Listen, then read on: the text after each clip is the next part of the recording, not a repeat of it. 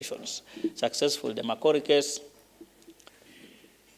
the Wallace Gichere case, the Brian case in Bondo, and the in which process. But we currently be mentioning, we have cases between attacks, 100. Last year we had again another 90 something. In a number of cases, to the to open investigation letters, we call them to the before involvement, but the prosecution has been very slow. So the 3 P's: protection, promotion, and prosecution, doing very well around promotion, trade, advocates, yes. How are we doing prevention? And the chair of media owners is here. Prevention is largely inbuilt. How do we and prepare to work, especially volatile? Sometimes it means taking journalists to all the salaries, but there are a lot of things. Protocols, how we developed it, that our journalists are safe when they are going to work. We are seeing even things like rape happening in our newsrooms. How safe are our newsrooms themselves? So that is prosecution. Our colleague is here. How much? How many? What else do we need to do for prosecutions to happen? How is it that we can't even prosecute one single case that involves crimes against journalists? Yet they happen. If we have over 100 between January and today, it's a huge number. And we are not in Mexico. We are not in Somalia. We are a peaceful country. I've mentioned we have had 4 deaths. The death of Francis Nyaruri in 2009 in Kisii, it was never prosecuted. The case of John Kitui, the case of John Masha in Mombasa Standard, the case of Brian Wesonga in Mombasa. Those are 4 cases that happened, and police files were open. But what happened? And Madam, you are aware that that question comes every year from the Director General of UNESCO. Every year, Kenya is reminded to give Nyaruri and Kitui. At least it has been a permanent question for the last 4 or 5 years. And we are unable to give any. We always say investigations. The Kitui, we are saying the file was closed, but we are thinking of reopening it. But in the case of Kitui, even there was that nobody, even the person who was found with the phone after he died, was never even questioned. So those are some of the issues that we have just been discussing. But we're also aware that progressively the environment has changed.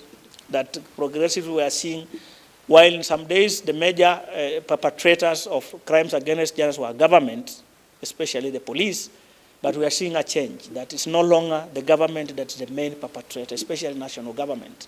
It's not the main perpetrator. We are seeing a change that largely at county level, big challenge, and especially in lack of access to information. That journalists rarely get information to do their stories. But we are still seeing the police force still appearing, but we're also seeing internal journalists against journalists, editors against journalists. Again, that is coming out. Political activists, in the recent study, are leading, especially when they incite their followers to attack journalists. So trends are changing. We are also seeing now an increase in online trolling. It's a major. The key is physical attacks, I think, and now online trolling especially. And again, there's a gender aspect that mainly ladies, when they do serious public interest stories exposing corruption, then they are trolled online. They will be told all manners of things.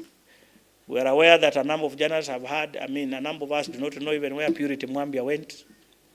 He's alive, but he had to flee the country. And when you tell people that a journalist can flee in a country like Kenya that is not at war, people get surprised. We have others, who left. So that's the discussion we're having. That we are also seeing now developed attacks against journalists, that counties, there are specific counties that life of journalists has become very difficult. And it's a concern which we have even raised with the COG that we need to have a discussion. Lucky enough, you are here, and our chief officer, who is a former journalist, is a journalist, not former. Once a journalist, always a journalist. In Homa Bay, Tieno is here, chief officer for information. And part of the discussion is can county governments start working around access to information laws at their level? Yet we have it at the national level, but can we have some, Kisumu has had a draft for many years. It can be worked and be finalized, because we are moving away and away from thinking that access to information is just corruption and killing. Access to information is a law that helps people in knowing the opportunities in counties, in helping investors know what can be invested in, it can be used. So how do we proactively look at access to information? And the journalists are our main player in the County Government Act of 2012, I think Articles 94 to 96 or 99, they actually talk about access to information. They even prescribe how county governments must work with media, TV, websites, and so on. It's in the County Government Act. So how are we doing, what are we doing around this to enhance access to information for journalists? So I want then, at this juncture, to stop there and invite Elizabeth to lead us in a word of prayer. We're just warming you up as you settle. So Elizabeth.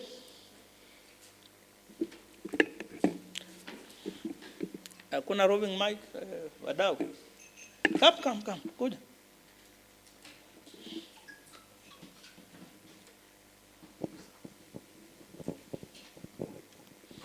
Kindly let us arise and pray.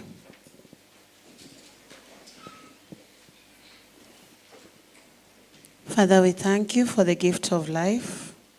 We thank you for Journey Mercies bringing us to this place. We thank you for the gift of each one of us who is present here. We pray for your presence to overshadow us as we discuss matters on injustices that are facing journalists. We pray for wisdom so that we can see a way forward to solve the issues that are facing us as journalists, a noble profession that you've called us to do. We pray through your guidance that you'll show us the way, the truth, and guide us to life. We pray this through Christ our Lord. Amen. Thank you, Liz. I want to request you to stand in a minute of silence. Colleagues, we lost a journalist last week, Jeff Haemba, K24. So,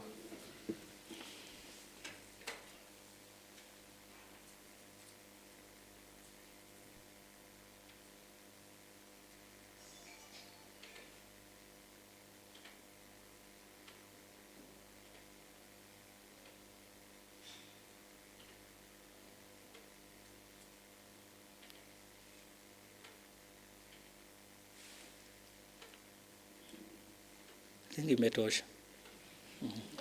Asante. Count hiyo minute in silence pia ni kazi.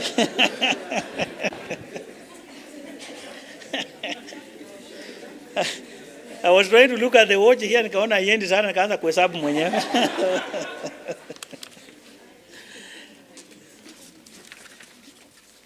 So thanks, karibuni. Leo, I want now to invite you to take up from there. Obviously come with the program. So that we are co-MCA, so that wasenilipe peke yangu tena ukasema hukufanya kazi.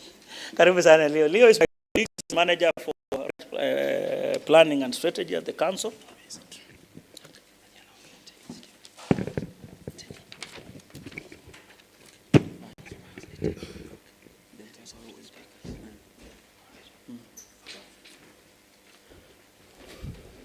Yeah, all protocols observed. Distinguished guests, Bwana CEO, Madam Secretary, and all the distinguished guests here, and journalists, media council staff, colleagues, good morning. Yeah, so I think Victor has done a pretty good job. He's been standing in for the last 1 hour, I think, about an hour. Ameongea mpaka mate yameisha kwa mdomo. And now we have come to the main part of the program. We'll not waste time. So I'll just go dig into it and invite Mr. Evans Teddy, our colleague and regional coordinator based in Kisumu. Kisumu serves all the other regions in Western and Nyanza. He will speak about that to give us the opening remarks. Teddy, the floor is yours. Thank you.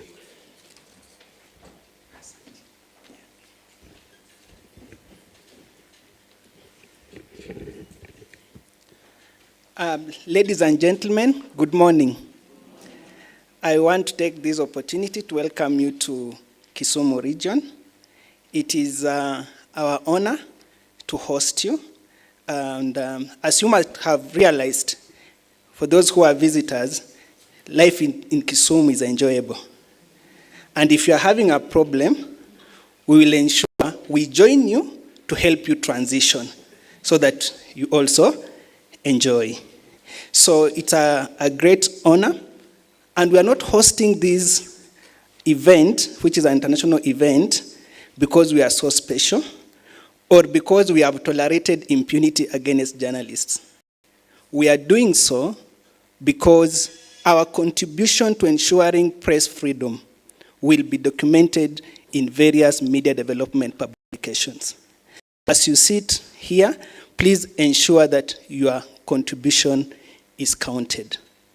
Now, this is an international day to end impunity against journalists. But the media landscape has also changed. Impunity is not external. Impunity has found itself in our internal processes, even as media houses. So even as we bring stakeholders on table, we must ask ourselves as media houses what we are doing to end impunity that affects rights and privileges of journalists within our media houses. Now, the forum brings together an stakeholders from different institutions. We have media here, we have national government, we have county government, we have civil society organizations, we have academia, we have media itself.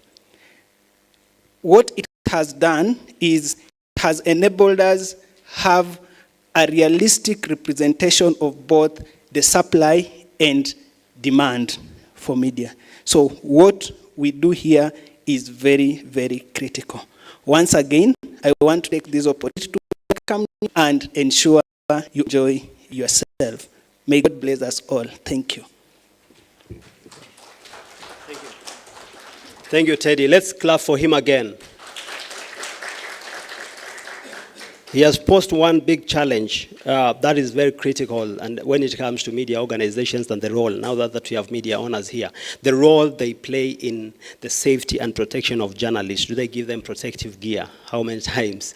Our cameramen are here. They're just dressed in their casual shirt and everything else. In case chaos were to happen here, how protected are they? Do you know the primary, the basic of principles of a journalist when you're covering an event like this one, when you're covering political rallies and so on and so forth, and therefore that's very important because we have seen over the years and even towards the elections that journalists are never prepared, photojournalists are never prepared, people who are working in the media are never prepared, especially by employers. The employers only pay their salary and let media council, NGOs and others do the rest of the work. So the challenge is, can we do more as media owners? Can we do more as media organizations? So we are going to follow the program as it is written. And our next speaker is going to be the Deputy Director, Katiba Institute, Ms. Christine Kuria. Please, the floor is yours.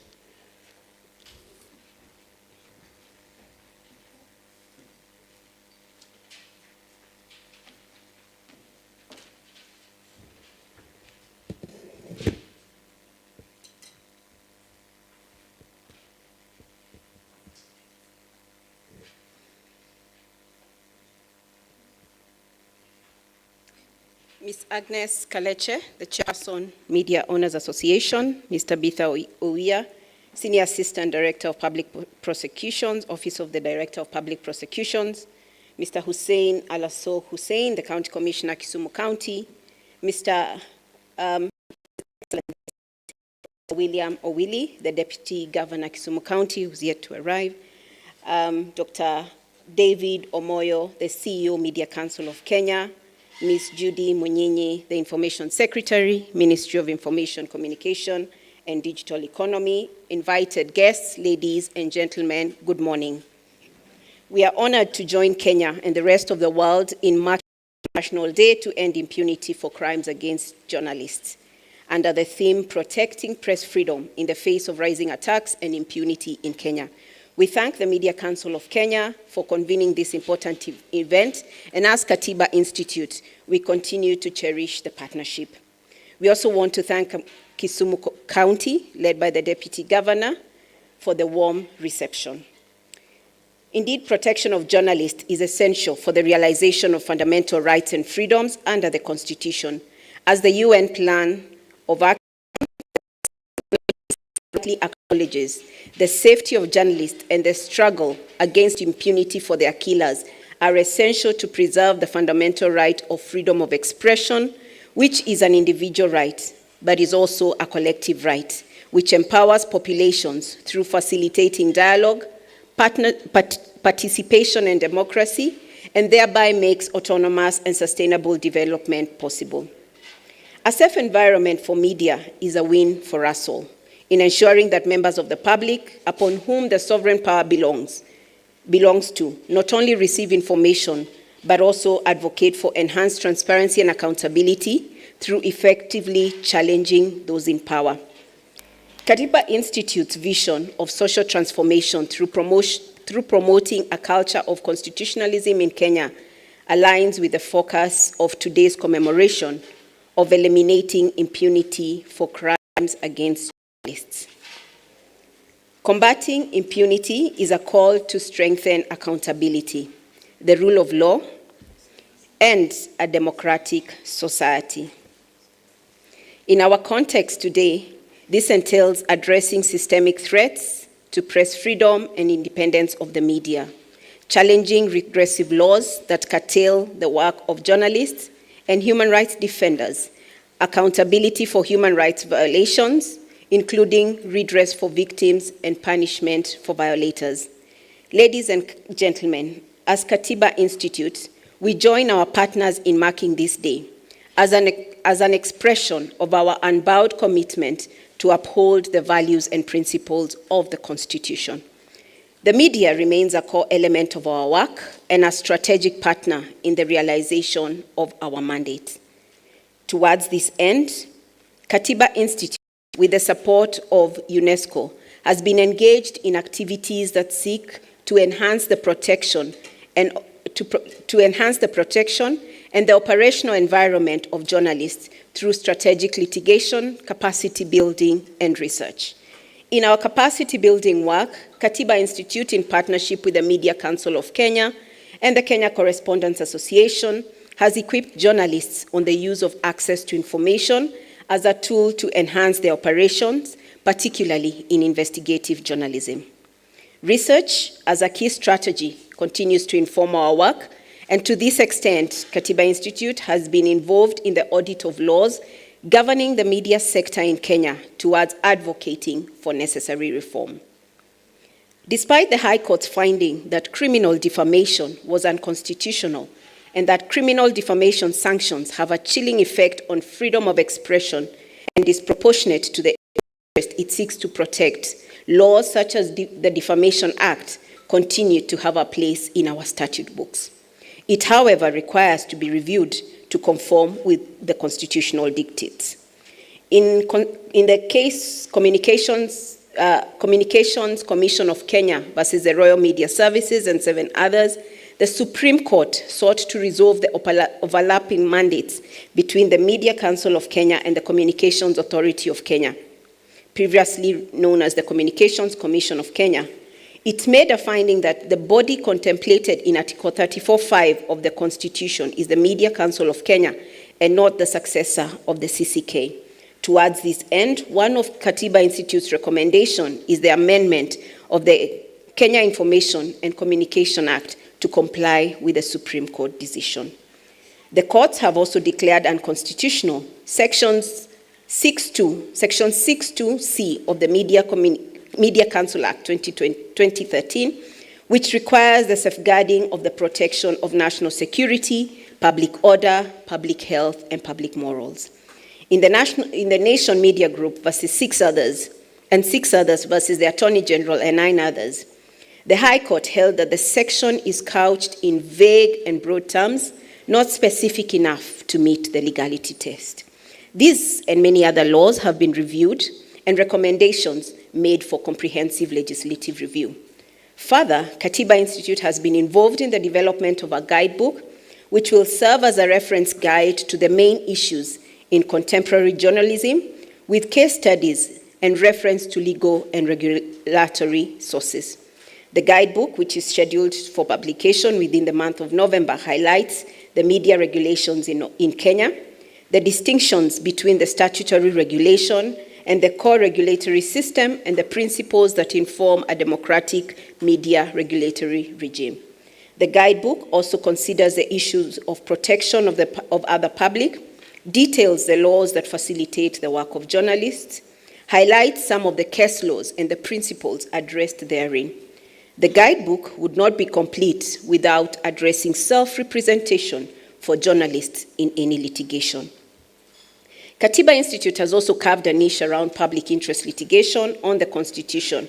In the recent case of Republic versus Ezra Chiloba, the then Director General of the Communications Authority of Kenya, in which Katiba Institute was the first ex parte applicant, the case challenged the censure of TV stations for broadcasting protests. The court, quoting the General Comment number 34 of the United Nations Human Rights Committee on Article 19 of the ICCPR, which was mentioned earlier by Victor, reinstated the close interlinkage between the right to freedom of expression and the enjoyment of other rights. The General Comment states, allow me to quote paragraph 2 and 3, freedom of opinion and freedom of expression are indispensable conditions for the full enjoyment of the person. They are essential for any society and constitute the foundation stone for every free and democratic society. The two freedoms are closely related, with freedom of expression providing the vehicle for the exchange and development of opinions. Freedom of expression is a necessary condition for the realization of the principles of transparency and accountability that are in turn essential for the promotion and protection of human rights. The court further echoed the right of every person to freedom of expression in Article 33 of the Constitution and reinstated the prohibition against the state from exercising control over or interfering with any person engaged in broadcasting, production or circulation of any publication or dissemination of information by any medium under Article 34 of the Constitution. The court also found that the censure was illegal as it did not adhere to any of the 4 legitimate speech limitations under Article 33(2), that is propaganda for war, incitement to violence, hate speech, or advocacy or hatred. The safety of journalists is a gateway to the enjoyment of other rights and freedoms, including the right to fair administrative action. Indeed, in the current case that I have made reference to, the court found that the censure actions were the censure action was a procedural impropriety, contrary to Article 47 of the Fair Administrative Action Act of 2015. Fair administrative action demands that where an action is likely to adversely affect the rights or fundamental freedoms of any person, then the administrator should provide, among others, prior and adequate notice of the nature and reasons for the action, opportunity. Katiba Institute has also litigated on a myriad of other cases that govern the operation of journalists, including the Computer Misuse and Cybercrimes Offences Act and the Penal Code, that contain provisions that have been used to curtail freedom of expression and press freedom. Ladies and gentlemen, as we mark this day, in line with the United Nations Plan of Action on the Safety of Journalists and the issue of impunity today, we are called to take stock of how well we have ensured protection of journalists, more so in abiding by the constitutional demands and the international human rights standard. Kenya is yet to fully comply with the obligations and commitments. Despite progressive constitutional protection, threats against journalists and media in general have continued unabated. The incidences of attack against journalists and the media generally were rife in the period leading to and after the 2022 general elections. Widespread attacks on journalists were prevalent as they covered demonstrations in Nairobi and various parts of the country. They faced physical assaults, destruction of equipment, harassment, arbitrary detention, and online attacks, and the killing of the Pakistani journalist by police. It is thus not surprising that Kenya ranked a paltry free 52% in the Freedom in the World 2023. This shows that more needs to be done to ensure sustained commitment to uphold the rule of law and fundamental rights and freedom. As the report notes, a combination of restrictive laws on press freedom and the potential for harassment and violence leads to self-censorship in some cases. Arrest and prosecution of journalists and bloggers under restrictive national laws is a testament to the disregard for the principles of the Constitution on restrictive limitation of fundamental rights and freedom. Our response, therefore, against impunity for crimes against journalists should thus be sustained towards challenging systemic repression of rights and freedoms, building on gains we have made under the Constitution, including through successful strategic litigation, while guarding against the drawbacks such as disregard for the Constitution, disrespect of court orders, and attacks against independent institutions, including the media. We join you today to express our commitment to promoting free expression, press freedom, and promoting constitutionalism in Kenya, and continued collaboration with you, our partners. Thank you all.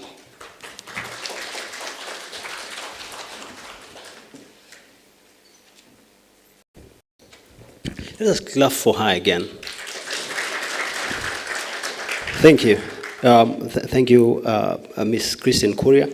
I think three things came out in that quite deep, transforming, and evidence-based speech or presentation, rather. The issue of access to information, very critical. The issue of public interest litigation.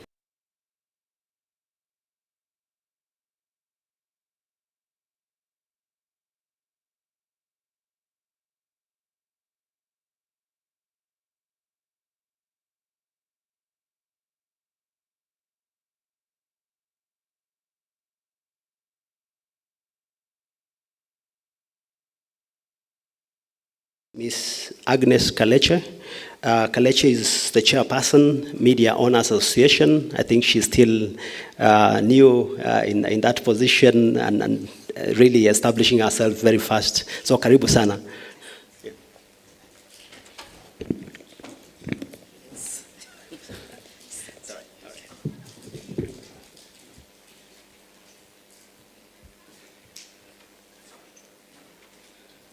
Ladies and gentlemen, distinguished guests, my colleagues and members of the media fraternity, good morning to you all. I stand before you today on this auspicious occasion of the International Day to End Impunity for Crimes Against Journalists, a day that holds immense significance as media owners in our pursuit for justice and freedom of press. As we commemorate this day, let us stand and take 30 seconds of silence. Please stand. To remember journalists who have paid the ultimate price for seeking and reporting the truth in Kenya and around the world.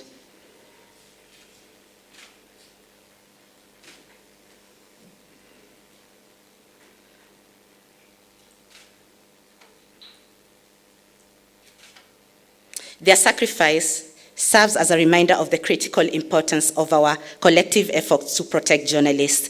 Thank you very much. You may now take your seats.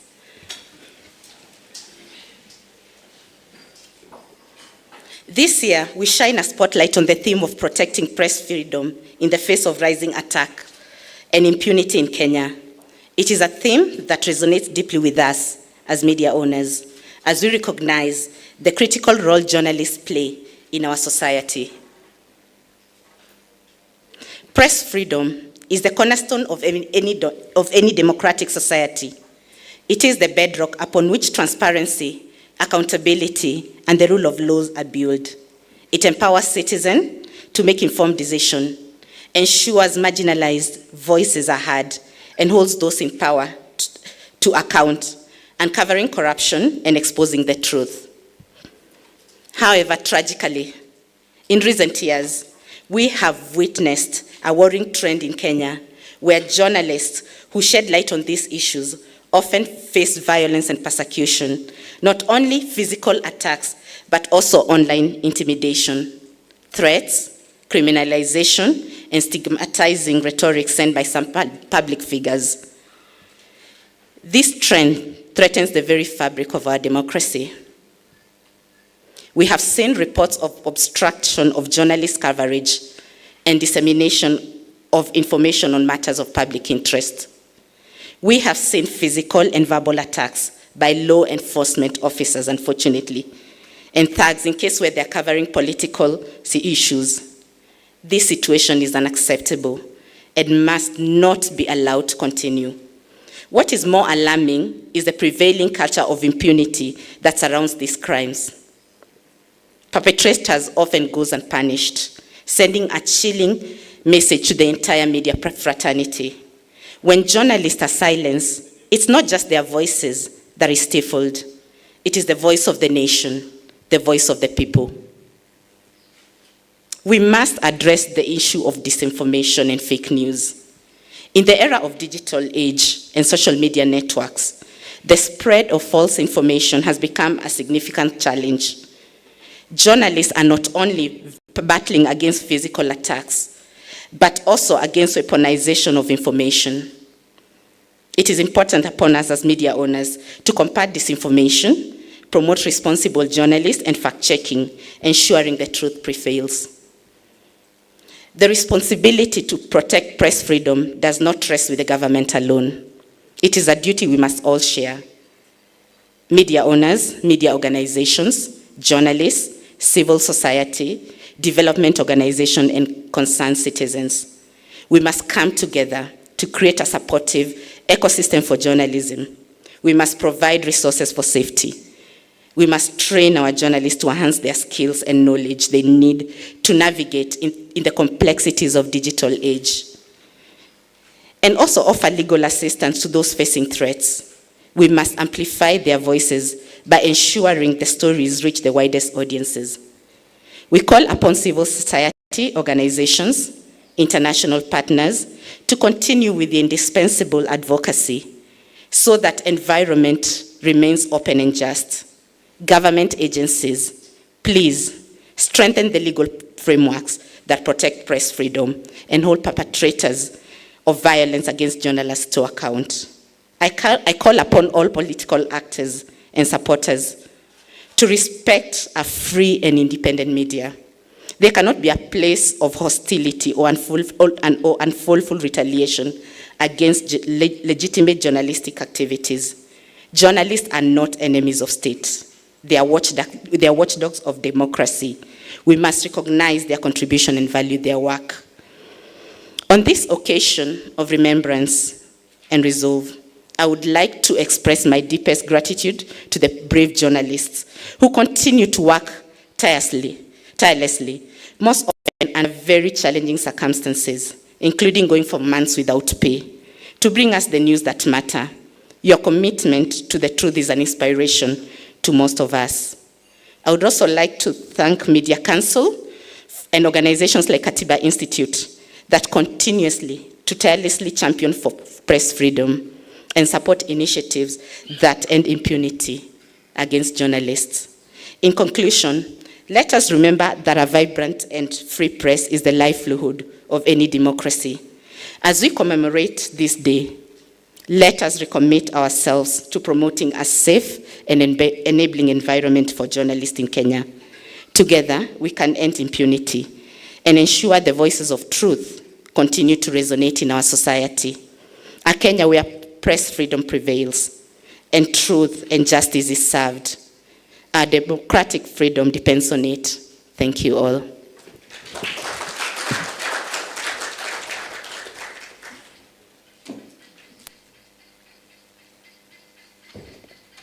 Tumpigie makofi tena, tafadhali. And if you forget anything from that speech, remember one, that the responsibility to protect press freedom Gava alone, civil. It's a responsibility of everyone. And she has mentioned a number of actors, and I mean, everybody has that responsibility. And just to also remind you, since October 7th, 6 journalists have been killed in the Israel war in Gaza. So you can imagine the 30 seconds that we went silent, that we were also remembering those good people who are dying because nobody cares whether they are journalists or not. So our next speaker is going to be Ms. Tabitha Oya, who is a Senior Assistant Director at the Director of Public Prosecutions at the Office of the Director of Public Prosecutions. Is she here? Thank you. Karibu sana.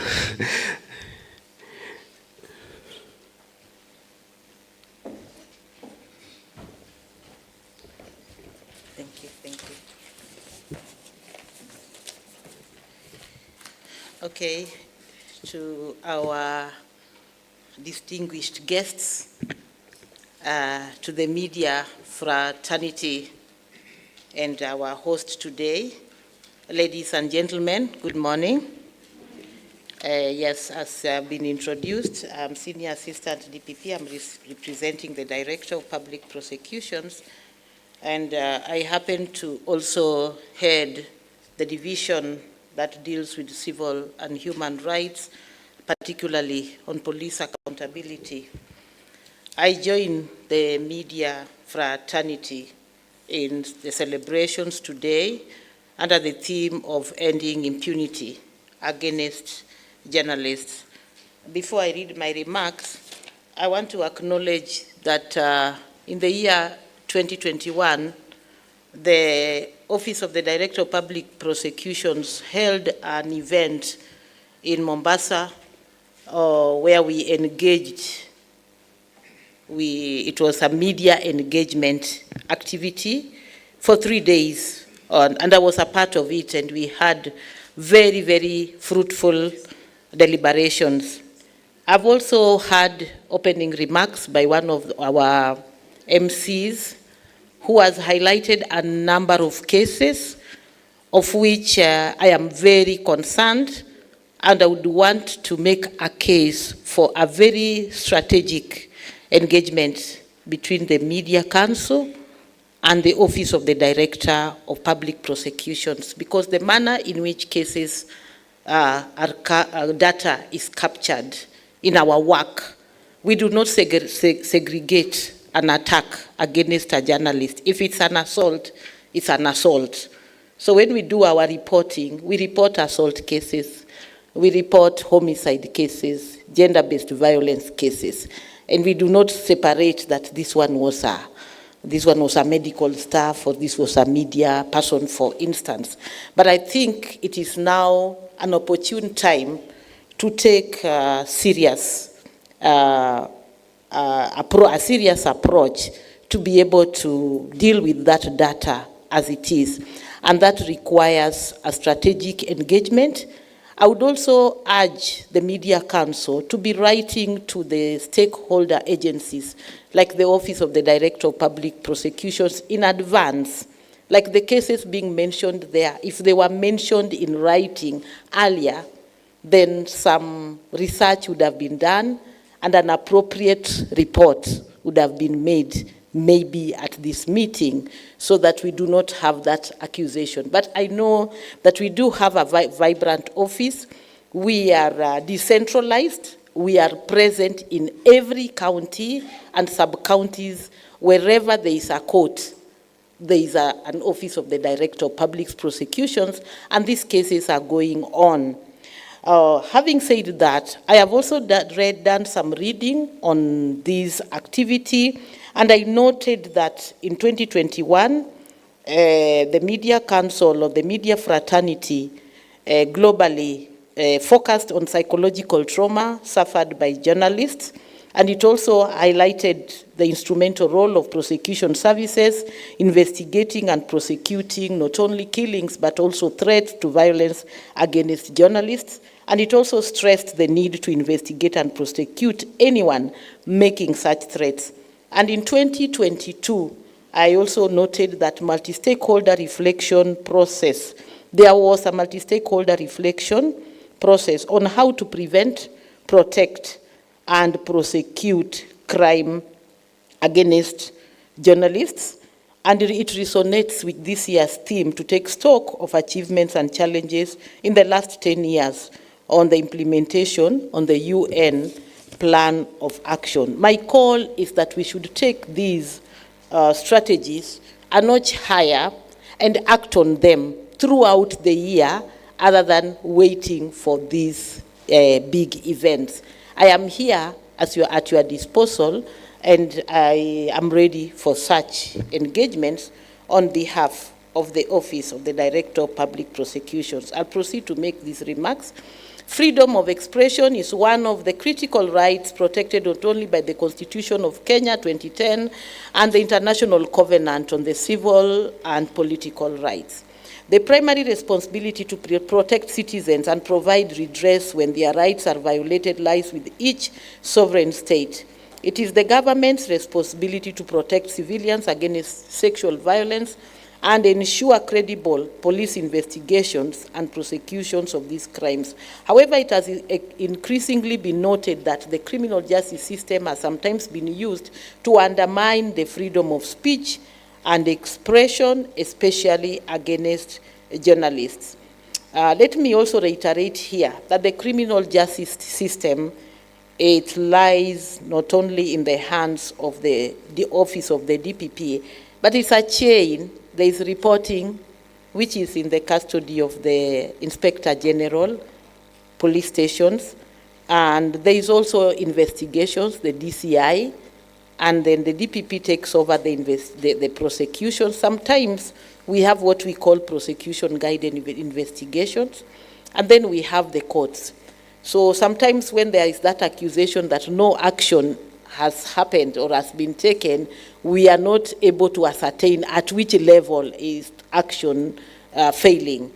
But just to note that, so concern over misinformation, defamation, and propaganda has led to enactment of content-related offenses. However, without adequate human rights safeguards in place, these content-related offenses can be misused and abused to limit free speech by journalists. As a result, there is need to ensure that there is balance of rights to not only safeguard the rights of journalists, but also to protect the public from misinformation, notwithstanding that there is also a lot of content in the what has been referred to by my other speaker in the social media that sometimes they take advantage and spread lies. So it may not only be from journalists, but also from other members of the society. The ODPP has put in place policy documents that guide the exercise of prosecutorial mandate. The decision to charge guidelines 2019 empowers prosecutors to ensure that only deserving cases go to court for prosecution. Similarly, diversion guidelines 2019 allows parties to a dispute to an alternative means without having to go through a criminal trial. Through diversion, journalists may be compensated for any acts of vandalism meted against them in the course of duty. In some instances, the DPP has employed prosecution-guided investigation to enhance the efficiency and effectiveness of crimes committed against journalists. For example, in the case of Pakistan journalist Ashad, it is noteworthy that Article 22 and 23 of the Constitution empowers citizens to petition the court for redress in the event that a fundamental right of freedom is threatened. Journalists should proactively employ this tool to ensure that their rights are adequately protected and redress granted where necessary. Through training and capacity building, prosecutors are well equipped to handle any crime committed against journalists. Let me also reiterate that when you're undertaking your training programs, you'd want to embrace the criminal justice sector. So please, we are open because as I was having a discussion in the holding room, Madam from Katiba was telling me, being a lawyer, you're expected to know everything. And indeed, we ask that when you are having your engagements or sensitization or training sessions, please invite our prosecutors so that we can keep abreast with what is going on in the media, so that we might know how to handle the issues when they come to us. So in conclusion, let me state that misinformation and hate speech have also proliferated due to the availability of digital tools, and it is therefore prudent to put in place safeguards to protect fundamental human rights and freedoms, especially the freedom of expression and the right to and the right of the media. I conclude by saying that the Office of the Director of Public Prosecutions is open to a strategic engagement to advance the theme of ending impunity against journalists. God bless you. Thank you.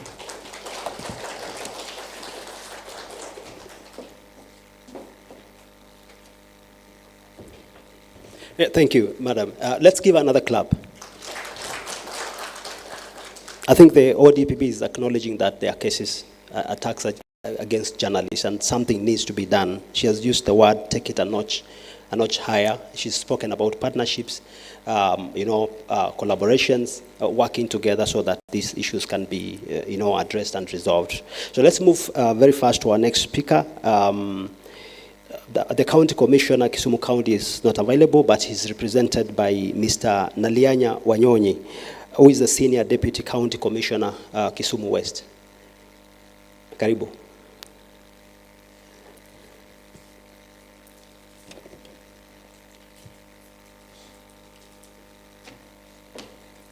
Thank you. Invited guests, ladies and gentlemen, the media fraternity, good morning. God is good, and all the time.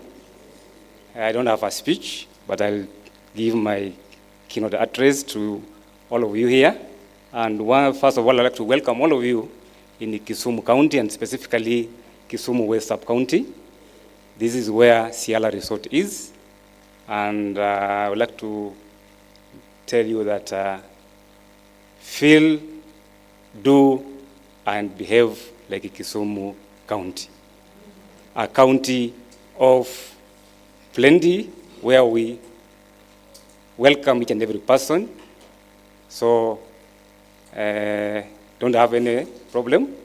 And also I'd like to assure you that we have your security is guaranteed. Your safety is guaranteed in the Kisumu County. So wherever you are, don't be in a hurry to go out of Kisumu County. Today is an international day. He's talking about impunity against the journalists. Journalists have had their share of repressions from different agencies. And from the onset, I would like to point out that the security sector or agencies have been the major culprit in this particular case. And we're talking about repressions against journalists. In most cases, we point accusing finger at the National Police Service. And as the chair of the security committees in the country, we are alive to the fact that this is something or an issue which should be handled from a holistic point of view. Remember now, we have what you call one government approach to issues.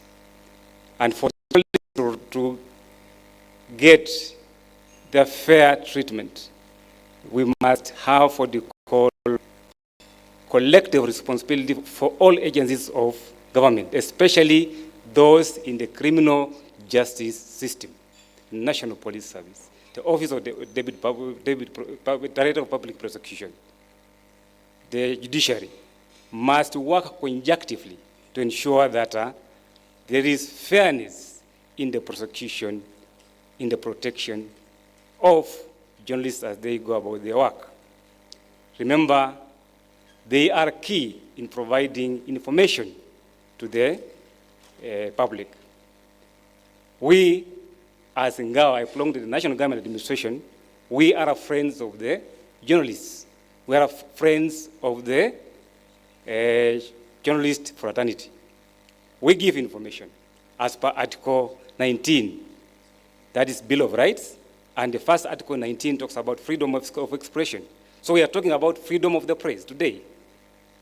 And remember, that freedom has got responsibilities. Sindio? Because as you say, my freedom is being encroached on, are you encroaching on any other person's freedom? So that calls for what you call responsible journalism. Responsible journalism. Are you reporting facts? And that's where sometimes the security agencies are mean with information, because there is that suspicion between the journalists and the security agencies, because we want to report facts. I'd like to give an example. Last week, the media house called me and told me that there's a 10-year-old girl who has been defiled. Then, upon investigations, the information that the media house gave was wrong. So it's always important that you get information that is right and report responsibly, because once the information goes out there, it will be very, very difficult to provide remedy to the same. Those agencies involved, their credibility could have been put to a lot of doubt. And therefore, it is my clarion call to all journalists to report facts and get facts right. And in the circumstance, it is good to counter-check, do what we call background check, and get information as it is. That's where we'll be able to work as a team to ensure that we provide information. Remember, access to information is important as per the Bill of Rights. Even the SDG 16A also talks about the same. So it's important that we as Kenyans, as journalists in particular, and I don't think, unless otherwise, we are that bad as far as the rights of journalism in Kenya is concerned. I'm talking from that perspective, because in Kisumu in particular, unless otherwise stated, we have been working very well with journalists. And I believe those agencies that are not friendly to the journalists will be able to up their game and do what is supposed to be done. On the other side, why do security agencies, why are they jittery about giving information? Some of us are jittery because some journalists, not all journalists, are extortionists. Am I speaking to somebody there? Some of your colleagues are extortionists. They blackmail some of us to get information. And if we don't provide information, they go ahead to write some bad issues about us, which are not correct, which cannot be substantiated anywhere. So in the circumstance, let us stop the issue of extorting senior government officers who provide information as required. Let's work together. Let's provide information and let us report accurately without giving information that will bring apprehension among members of the public. Because we are here to protect each and every person as per the Constitution. and you are properly taken care of. Remember the security organs as per the Constitution, Article 239, sub-Article 5, talks about the security organs are subordinate to the civilian authority. Very clear. That means anything that they do, they must take cognizance of the fact that they are subordinate to the civilian authority. And in the circumstance, if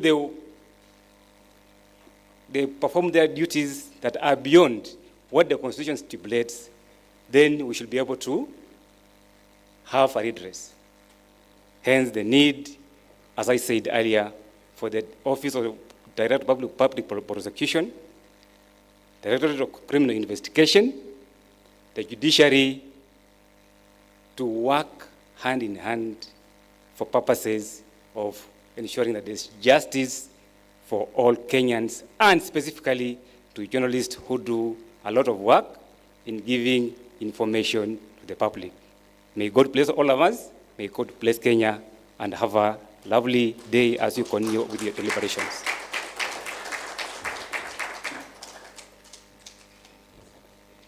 Journalists are not clapping. Why are you not clapping? Journalists, tumegongwa mahali. I mean, once you become an extortionist, you are a thug, you are a criminal. you cannot be called a journalist. A journalist is a person of respect, and is a profession, for that matter. Once you become you are a quack, extortionist, hiyo ni mambo ingine unafaa upelekwe jela.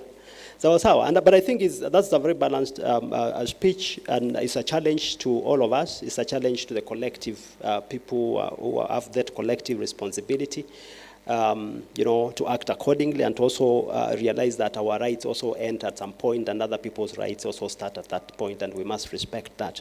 So our next speaker is the Honorable Dr. Matthew Ochieng Owili, the Deputy Governor of Kisumu County. Please come and address this sitting.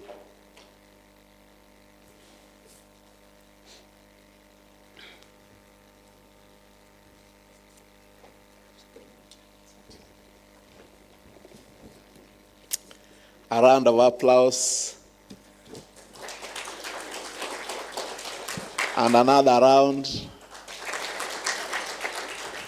That is for all the previous speakers, including my brother there, who has been very balanced in his own words in the speech that is just offered.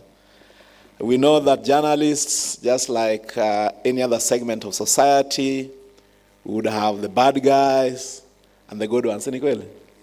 Yeah, so I think he was just right in mentioning what he did, and that is what we deal with in every segment of the society.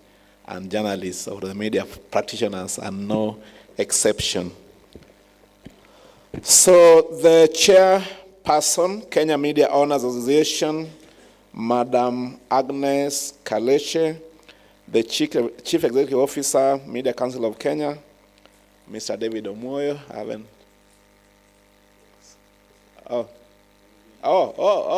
okay. It's good to introduce ourselves. We came when it was already on. Yeah, but all of us were busy doing our own things. I'm scared that Madam Judy Munyini may also be here. Oh, you see? I recognize all of you, and please welcome to Kisumu. I also recognize my colleague there, my brother, who has spoken on behalf of the county commissioner, the whole media fraternity here today, and those who are invited like me. I wish to take this opportunity to welcome all of you to Kisumu City, the headquarters of the great county of Kisumu. Allow me, on behalf of the governor of the county of Kisumu, who would have loved to be here, he himself being a writer, to really, really warmly welcome you here, and hope that after this engagement, you find some time, just like my colleague there said, to sample what Kisumu has to offer. As a county government, we feel honored to host this important international event, and thank the Media Council of Kenya for choosing Kisumu. There is no doubt you'll enjoy your stay here, but you also don't take it for granted because this meeting could have been held anywhere else. So, asanteni sana. Now, we invite you to take a conference to sample the beauty of our scenic beaches and other tourist attraction destinations. And we have a team here. Maybe before I leave, I'll let you know who will be with you from the county to show you the places that we consider scenic. Okay? Kisumu County actually is one of the counties that have taken very seriously, media practitioners and media industry. One of our chief officers in charge of communication was actually a media practitioner. I was a bureau chief. I know you guys know John Oyua. Eh? John, where are you? Yeah, John is there. So he can show you whatever it is that you're saying here that may be out of Ciala Resort. So today is a special occasion when we are commemorating the International Day to end impunity against journalists. Like other media practitioners across the world, Kenyan journalists have also suffered the worst of attacks and other forms of impunity, one from politicians, from the police, and from hired gangs. That is the truth of the matter. On a day like this in 2013, 2 French journalists were cornered and brutally killed in Mali, West Africa. It was one of the darkest days in journalism. A messenger had been killed. The murder sent a chilling message, and a chorus of condemnation rang across the world. At the United Nations General Assembly, shocked members vowed to take action. They passed a resolution to proclaim November 2 as the International Day to end impunity for crime against journalists. All member states were urged to implement definite measures to end the growing culture of impunity. Hope flickered, and journalists were happy that a big brother had spoken out. But 10 years later today, ladies and gentlemen, more journalists are being attacked while on the line of duty. The death toll is growing. More journalists are being sent to jail or detention. Communication equipment is being destroyed. Media houses are arbitrarily being shut down. Verbal attacks are on the rise. The space for free press is squeezing up every single day. In other words, impunity is worsening. But someone would ask, what went wrong after the General Assembly resolution? Why are UN Assembly member states burying their heads in the sand as journalists continue to suffer? In many countries, ladies and gentlemen, including Kenya, laws have been passed to safeguard freedom of expression and media independence. Why can't these laws be enforced? As we sit here this morning, a journalist with the Nation Media Group, Mr. Kenneth Ruto, is in police custody in Kabarnet after he was arrested on Wednesday over a report he filed on the insecurity in the North Rift. Journalism, as you all know, is a fundamental tool for development and also remains a dangerous and too often deadly profession. More annoying is the fact that even after attacks on journalists, our silence often go scot-free. According to the United Nations Educational, Scientific and Cultural Organization, that is UNESCO, more than 1,600 journalists have been killed across the world since 1993.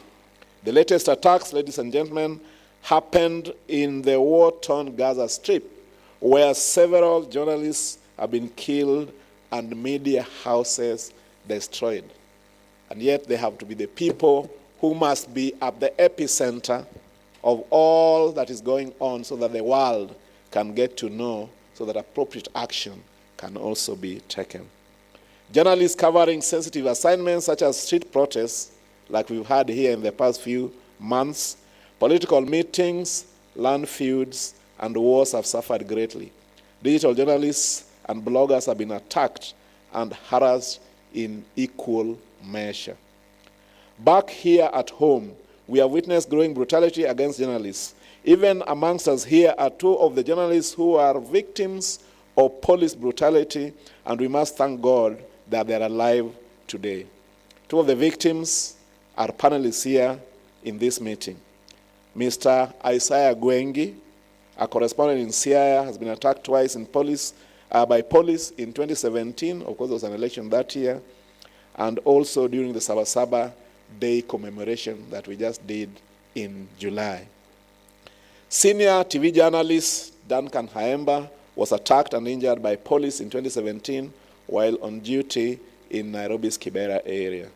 I hope Isaiah, Duncan, and other victims will find time to share the tales of police brutality. The face of state impunity manifested itself during the recent street protests against the high cost of fuel and unga, okay? And I participated in those protests every single day, okay? An armed police officer attacked journalists in broad daylight in Nairobi, damaged their car, and casually walked away. And this is information in public domain. Now, that policeman has never been arrested. Other local and international journalists were attacked by gangs, and their equipment were also stolen. Although the attacks against the press is global concern, Kenya seems to be doing really badly. Our country has been ranked 116th out of 200 countries about media freedom, according to the World Press Freedom Index by Reporters Without Borders. Experts say that Kenya's ranking has been influenced by the recent killings of Pakistani investigative journalists in Nairobi. Interestingly, again, no one has been arrested over that killing. So, ladies and gentlemen, what should we do to protect journalists against these attacks? And when will this impunity ever end? Although I would have liked to leave this question to the panelists and to the scribes in this hall, allow me to throw a few challenges to the Media Owners Association, the Media Council, and the Kenya Union of Journalists to find urgent, homegrown solutions to protect our journalists from further harm. I know the above-mentioned organizations have stood with journalists during times of distress, but I think they should take the war nearer to the doorsteps of the government, especially the Ministry of Interior, whose police officers are the worst lords of impunity against journalists. What happens when Kenyan journalists suffer injuries, lose equipment, or even die during attacks? Who compensates them or their families? How many journalists in Kenya are insured against injuries or deaths while at work? How often do we counsel these journalists after going through harrowing experiences at the hands of the security officers? It is not high time. Is it not high time media owners and the Media Council establish some special fund to cater for journalists who are hurt while on duty as we wait for the bigger intervention? And I also hope that we document all the injuries, all the deaths, because I keep saying this, that one day really somebody needs to pay for what's happening. Not just in this space. In Kisumu, people have been killed, pulled from their houses, and slaughtered like chicken. Really, somebody must answer to that someday.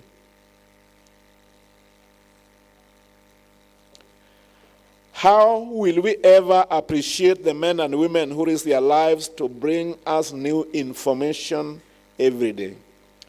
How can our journalists in distress also get a share of international funds meant for such groups? The European Union, for example, is running a fund to help journalists facing human rights challenges, especially sponsored attacks and impunity. The EU, through their program, provides 185 million euros for support to independent media worldwide.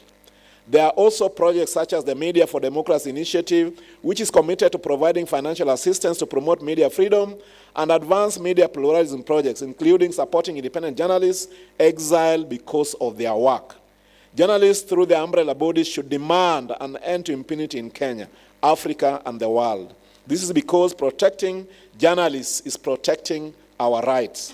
As the EU says, democracy cannot work without free and independent media. However, I also read elsewhere that Kenya is not very badly off on media freedom compared to other countries in Africa. An article published at the Oxford Academic Journal says that Kenya has more press freedom than neighboring Uganda and Rwanda. But are those countries that we want to compare ourselves to? That's the question. I leave this to the plenary. As I conclude, ladies and gentlemen, the fourth estate wish to remind you that one of the best weapons against attacks and impunity is unity among yourselves. A divisive media will not stand against the enemy and win. Be your brother's keeper.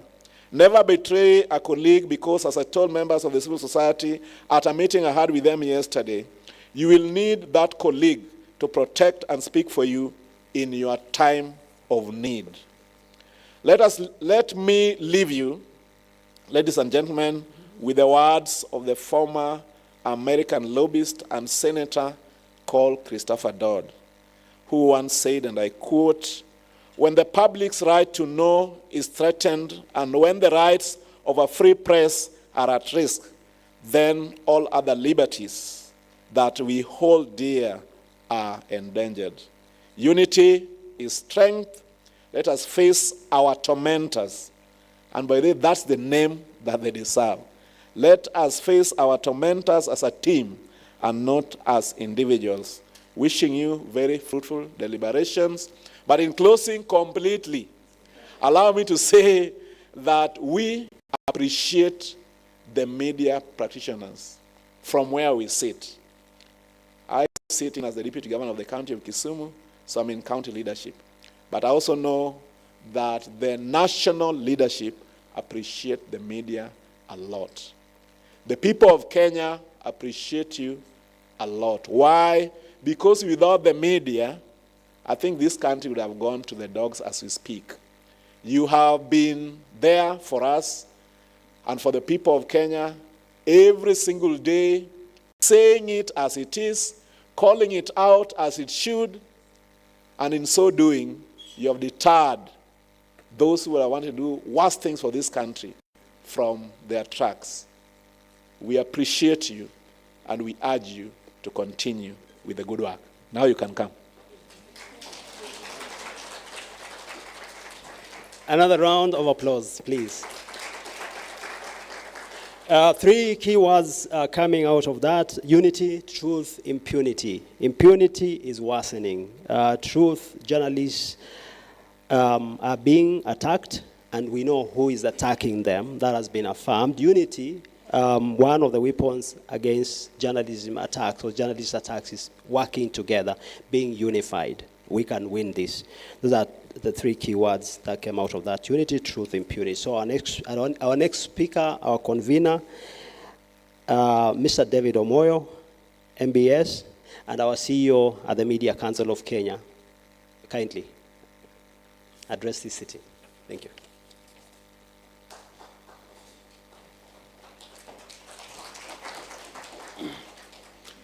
Thank you very much, and thank you for turning out in large numbers. Madam Christine Kuria from Katiba, our longtime partner in protecting press freedoms and access to information, Madam Kaleche, the Media Owners Association, Tabitha, ODPP, Bana County Commissioner, Deputy County Commissioner, Kisumu West. Asante sana kwa kuongea ukweli. Bana Deputy Governor, thanks. Next time, come early so that we do the introduction. Madam Judy, here on behalf of the PS. Good morning. Today, what the Deputy County Commissioner did is what typically journalists do. In our circles, we say that journalism is the art of writing or saying what someone does not want to be written or said. Everything else is PR. So a few of the things he said will make a few journalists and people in the media circles a little uncomfortable. But unfortunately, kuna kaukweli hapo. And therefore you say when one apple is rotten, it bloats all the others, isn't it? One person calls him and says, I am a journalist, na kuna story yako mbaya sana, usipofanya kitu, mimi naona hii story itakusumbua sana. So the next time you talk to the county, anakwambia, you watu wa journalists wametusumbua hii town, we can't sleep, isn't it? It's because of the action of one. Yes, that's true that we have such cases. But again, you find that they are also in the category of the people who are committing crimes against journalists. Impersonating journalists is a crime against journalists, because by the time the legitimate journalist now comes to the office of the governor or the county commissioner, already an attitude has been formed. The people who go as far as engaging in hate speech, sponsoring hashtags to attack media houses or attack journalists, those are crimes against journalists. The people who move around and look for funding or collect money in the name of coming to help journalists, and they do not help journalists eventually, those are crimes against journalists. The people who employ, Madam Kaleche, the people who employ journalists and for reason or another are unable to pay them, those are also crimes against journalists. So that if we are really discussing the entire issue about protecting journalists, is about people who know that by their actions or inactions are making the work of journalism difficult. We look at this year now, we are on November the 2nd, and we are at 110 cases of attacks against journalists. That is quite a high number. And hizo cases ziko kila mahali. We have cases of police, we have public, in very sad cases sometimes, very junior, school-going children in places being mobilized against the media. We have government officials, politicians, hurling insults. And the problem is that it's a cycle that you risk triggering. If someone comes and says, as we say, hawa watu wa media watoke hapa, you could say that from your hallowed position at the podium. You do not know what the supporters in the crowd perceive that to mean. And in cases, it means journalists gonga yeye. So we see as the media council protests when certain elected leaders make an announcement. It's when we say has, a sharp tongue. We don't mind mtu with matusi yako, your rambling and all that. But what do your supporters perceive from those pronouncements? And crowds can be amorphous. So when therefore we call for accountability, especially justice for those who have committed crimes against journalists, it's about making sure that those who commit crimes are held to account to stop repetitions of the same. And so we had, last year when Kenya fell more than 50 positions, if in a country a journalist is killed, and more than 4 years later, we have no investigation, nobody in custody, no court case ongoing, you simply lower the ranking of a country in a bad way. And that's what happens when we had the journalist shot around Magadi. And we do not know the circumstances. All we know is that almost a year later, more than 1 year later, there is neither prosecution. We do not know whether there is investigation. We are not aware of a court case. And of course, globally, you know what is happening around Gaza, which is a deliberate assault against access to information, the bombing of media houses, the targeting of journalists, the targeting of journalists' families around what is really a deliberate assault against accurate information across the world. So then we have polarized realities depending on the side you are listening to. So we urge that, Madam from DPP, the County Commissioner, Bwana Governor, I know that, it depends on the problem of dealing with Bwana Deputy Governor. But take that as a blessing, you never know how these things happen. It depends on, from time to time you want the media to get your information out, but then the time comes when journalism is real journalism, isn't it? Publishing what someone does not want published. And that's when friends turn foes, isn't it? Yes, and that's when friends turn foes. I am well briefed about the problems in Baringo and all that. Watu Baringo wanapigana na bunduki. Watu wanaamuka wanashika mtu wako na kalamu na rekoda. Mkisort vita ya bunduki, the people of the pen have no problem. So the reality is that the ecosystem of the conflicts is deeper. And we are briefed, we will be visiting the Baringo people soon. It's complex. And most times, journalists get caught in the confusion that we have had an exchange of fire or an attack between the bandits and security forces, that all that information or whatever type of information needs to go out, intelligence and all that, whether you can put information live or not during live conflicts and all that. It's a complex thing. But sometimes we think that the reactions then of the security forces is borders on high-handedness, because it is, like I know yesterday, I saw that the media was forced to run the live footage of the attacks because it had been said that media waliweka cinema, nothing like that happened. The problem of that is that it eventually happens. The footage has always existed and it was not being run.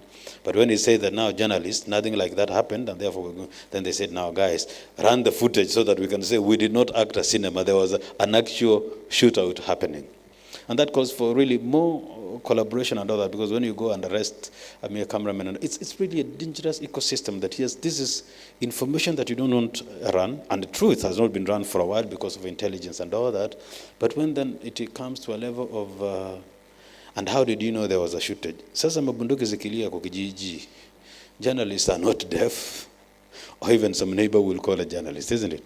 So really, and it is the deliberate decision that crimes against journalists gets to be punished. The problem of letting impunity against journalists or against those who speak what you are not comfortable with proceed is that then the society gets sucked in impunity generally. That if you can suddenly say you attack a journalist and life goes on, tomorrow or the day after someone else gets attacked and life goes on, the next day a business is attacked because you have entrenched a culture of not holding people to account. So we urge that especially those in different arms of government, civil society, we appreciate the presence here, and we working in the media ecosystem, not to commit crimes against journalists, and to ensure that if it is your duty to ensure justice has been done, we make sure that journalists can feel that they have been protected and all that. So that when we have the people calling and asking for a certain message on the phones so that a certain statement can go, we can boldly come and say now, by asking for money to do a story, you no longer belong to the hallowed profession of journalism. You have sunk to the level of extortionists and fake news peddlers, isn't it? But when we consistently keep pushing journalists to that little circle, a miasma of poverty, it gets into extortion, or when then you start hiring people to engage in smear campaigns and hashtags about media and media houses and journalists and all that, we end up in a society that has no respect for dignity, human rights, and justice. So I hope that the deliberations today will allow everyone to reflect that in the little circle you sit, in government, devolved or otherwise, in administration, those operating in the newsrooms, the media owners, those running social media platforms and all that, that all the actions ensure that nobody perpetuates crimes against the journalists or a purveyor of accurate information, and when such information comes to your desk, you take deliberate steps to ensure that justice is done and impunity is ended. Thank you very much. I think now you clap for me before I welcome the next one.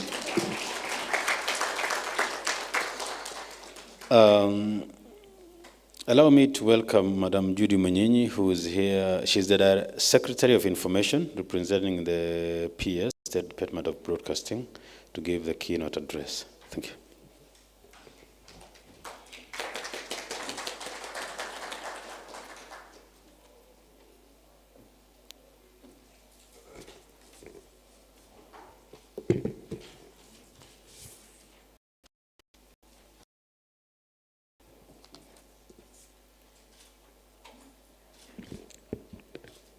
Good morning, colleagues.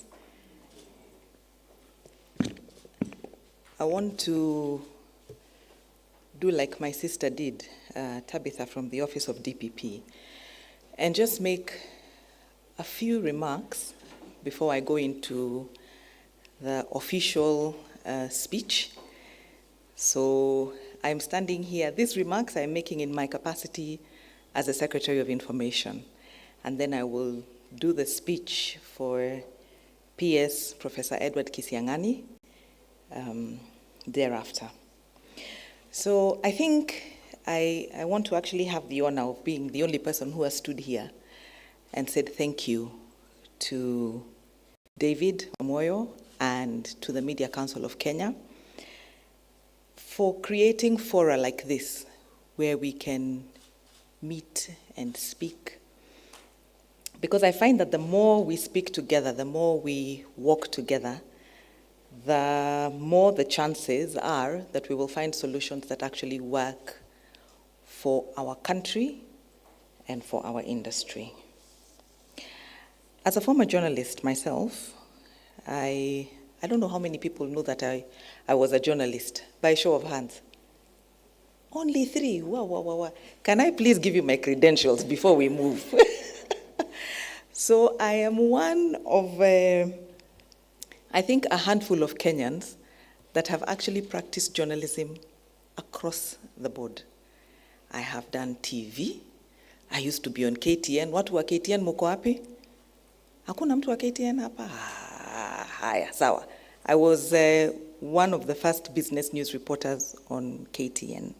I used to read the news and I used to actually get the stories. And then I transitioned into print, and I actually worked at Radio Africa with Kaleche here. I've done magazines. I was the editor of True Love magazine. I think I'm showing my age, hapo. True Love magazine. I did radio. I have been a journalist very many years. So when I speak, on this side as government, I speak as a former practitioner. And I just want to assure you, media practitioners, that government is not your enemy. Huko tulitoka kitambo sana.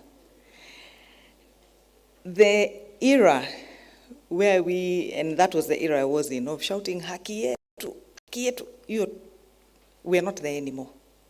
In fact, your key champion in your practice is actually the Ministry of Information, Communication, and the Digital Economy. We are your key champion because it is in our interests as a ministry to ensure that this sector does not die. So any story you have that government is trying to kill you, that is not the truth. We are your key ally, key champion. So let us keep talking, so that we can find a balance in how we move forward in our relationships. I think a third thing I would want to say, and I say this because in my capacity as a Secretary of Information, I chair the Expert Committee on Communication and Information for UNESCO. And I actually sit on that committee with Victor Bwire. And one of the arguments that we have had in this committee is that the tools that are given to us to measure media freedoms or our performance where media is concerned, the tool that we are given does not take into consideration our unique circumstances of how we practice journalism. And so if we practice journalism type A, and the tool, the measures are type B, there will be a discrepancy. So in my estimation, even the ratings that we have, to me, are inaccurate because they do not take cognizance of the unique circumstances in which we practice the journalism in our country. And so I guess here I'm preaching to the choir and saying, you know, in my role at UNESCO is to just figure out how we can make these tools more relevant or more accurate so that we have better or more accurate ratings of how it is that we practice journalism and the freedoms that we give to the media in the country. I think it's important just for us to keep that in mind. So thank you very much, ladies and gentlemen. I will now go to the... Kuna disco imeakishwa mahali. Naomba mtu azime redio yake. Radio izimwe tafadhali. Haya. So,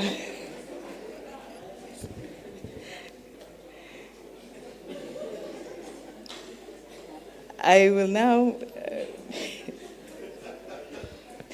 make the remarks for the Principal Secretary, Professor Edward Kisiangani. So, leaders present, distinguished guests, ladies and gentlemen. To end impunity for crimes against journalists serves as an occasion where we unite to reflect upon the challenges and the threats faced by journalists in their pursuit of truth. It is a day when we reaffirm our unwavering commitment to the protection of press freedom, the safety of journalists, and the nurturing of an environment where the media can thrive without fear. Before delving further into the critical subject at hand, let us take a moment to consider the state of press freedom in Kenya. In recent years, our nation's media landscape has undergone significant growth and transformation, evolving into a vibrant and diverse space where ideas and information flow freely. However, alongside this expansion, there have emerged challenges that we cannot ignore. As the media landscape has expanded, so too have the risks that confront journalists. With devolution in Kenya, the space for more individuals and groups to venture into print and broadcasting media has increased as community-based journalists and correspondents address local issues. And this expansion has brought about a likely increase in threats and persecution faced by journalists at the local and national level in the new political dispensation. They now face threats, including verbal harassment, physical violence, and tragically, even the loss of their lives. And it is with very heavy hearts that we acknowledge that the pursuit of truth has, at times, come with immeasurable cost. Press freedom is not a luxury or a privilege. It is the bedrock of a flourishing democracy. Journalists ideally serve as guardians of transparency, accountability, and the very essence of our democracy. They are the ones who bring us the stories that shape our lives, expose corruption, and ensure that those in power are held accountable. A thriving media landscape is the driving force behind progress and development in Kenya, and it serves as a testament to our unwavering commitment to democratic values. The Kenyan Constitution stands as a testament to the protection of all Kenyans and the freedom of expression, which extends to the freedom of press. And these principles are fundamental and non-negotiable, and it is our collective duty, to ensure that they are upheld and defended. The Media Council of Kenya, whose role it is to promote and protect the freedom and independence of the media, since January 2023 has documented 107 cases of freedom violations. 54 of these were physical assaults on journalists, 54. And notably, 34 of these assaults were carried out by members of the public.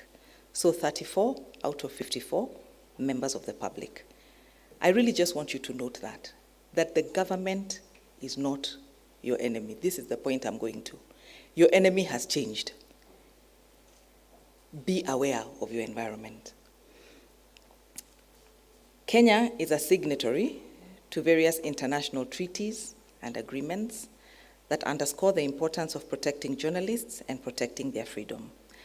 Article 19 of the International Covenant on Civil and Political Rights explicitly obligates states to take effective measures to protect individuals who are exercising their rights to freedom of expression from any attempts to silence them through attacks and violence.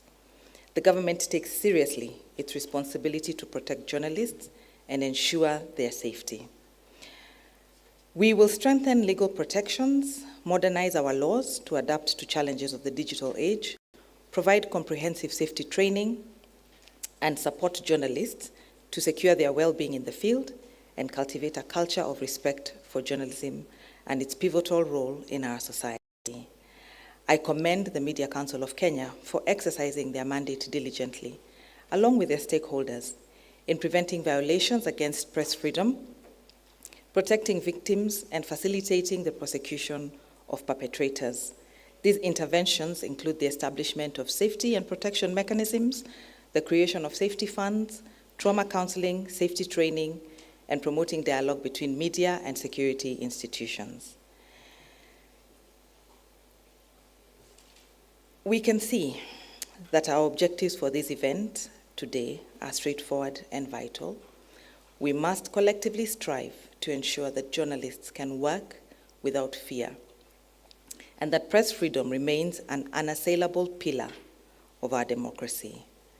As we commemorate this day, I beseech each one of you to take action. Safeguarding press freedom is not the responsibility of a single entity. It is a collective endeavor that demands unity. We must work together as a united front comprising the government, media organizations, civil society, and the public to protect our cherished free press. To our journalists, I say this: be cognizant of your own security. Work within the protocols that are prescribed for you, depending on where you are. And I'm really glad that Victor had mentioned this already, especially in the cases where we've got strikes, wars, those sorts of situations. So protocols exist for a reason. Please follow them for your safety. The government is keen to support you, and you have our full support. So seek government assistance where you feel that you are in danger. To those who feel aggrieved by journalists, we urge you to refrain from taking the law into your own hands. The laws that exist to protect journalists also exist to protect those that are aggrieved. So follow the process of the law. In conclusion, I emphasize the urgency of our chosen theme, protecting press freedom in the face of rising attacks and impunity in Kenya. The future we envision is one where journalists can carry out their work without fear, where press freedom is cherished and protected, and where the principles enshrined in our Constitution and international commitments are upheld. Thank you all for your attention and participation today. Your commitment and dedication to the cause of protecting press freedom are deeply appreciated. Let us go forward with renewed vigor and hope for a brighter and safer future for our journalists and our democracy. Thank you.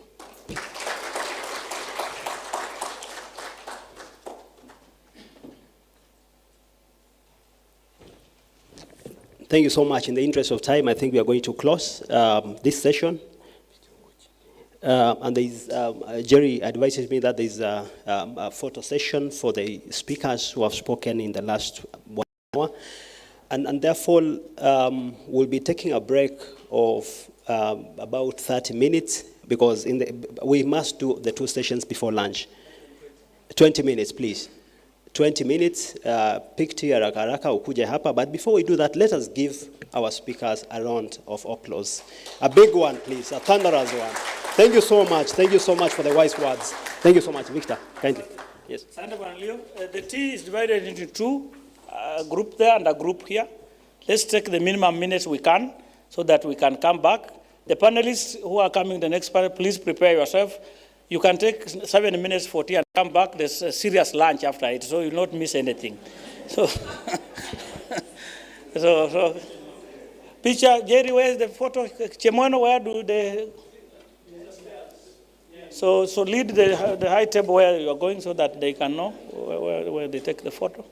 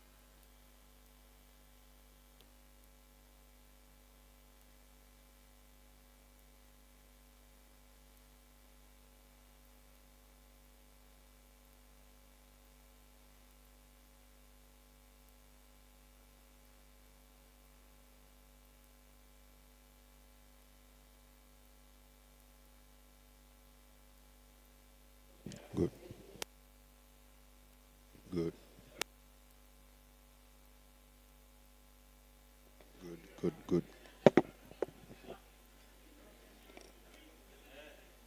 Good, good, good, good, good.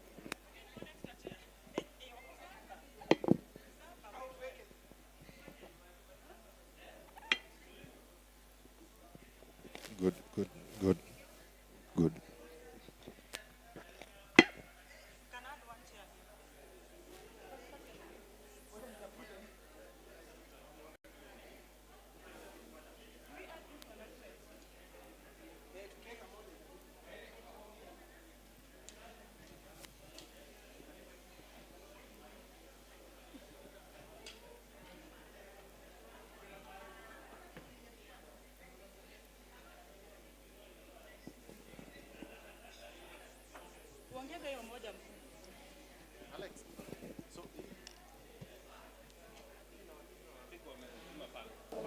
Oh, okay. Boss,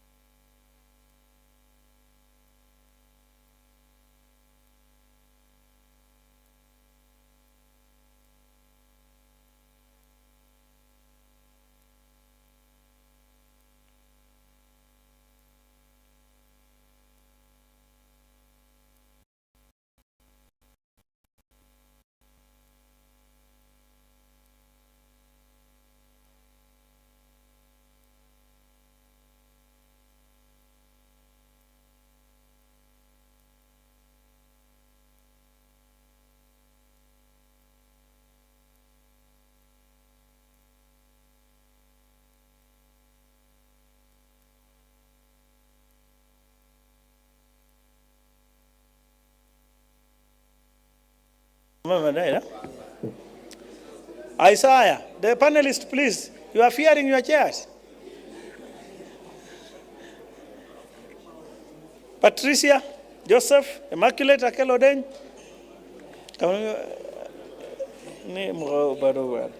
Duncan Kaemba,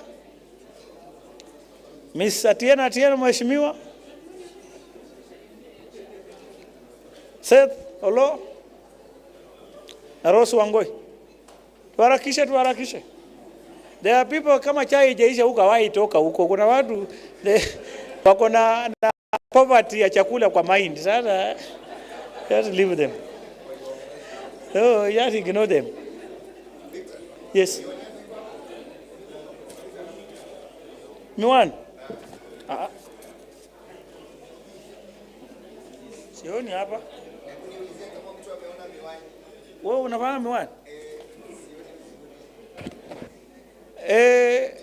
Kama ulikuwa umechukulia mtu miwani yake, sasa anahitaji. Kuna mtu mwenzake alikuwa amemshikia miwani, sasa hawezi kuendelea. Tafadhali msaidie miwani.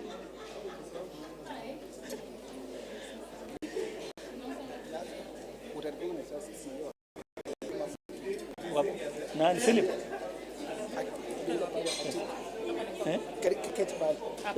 Mheshimiwa ka. Nani? Alikuwa anaandika notes mingi. Anaitwa nani andike jina yake? Ndiye andike na. The panelists, please.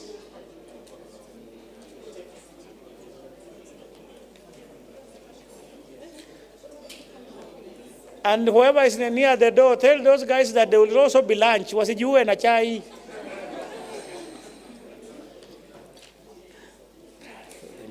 Tiko. So colleagues, please.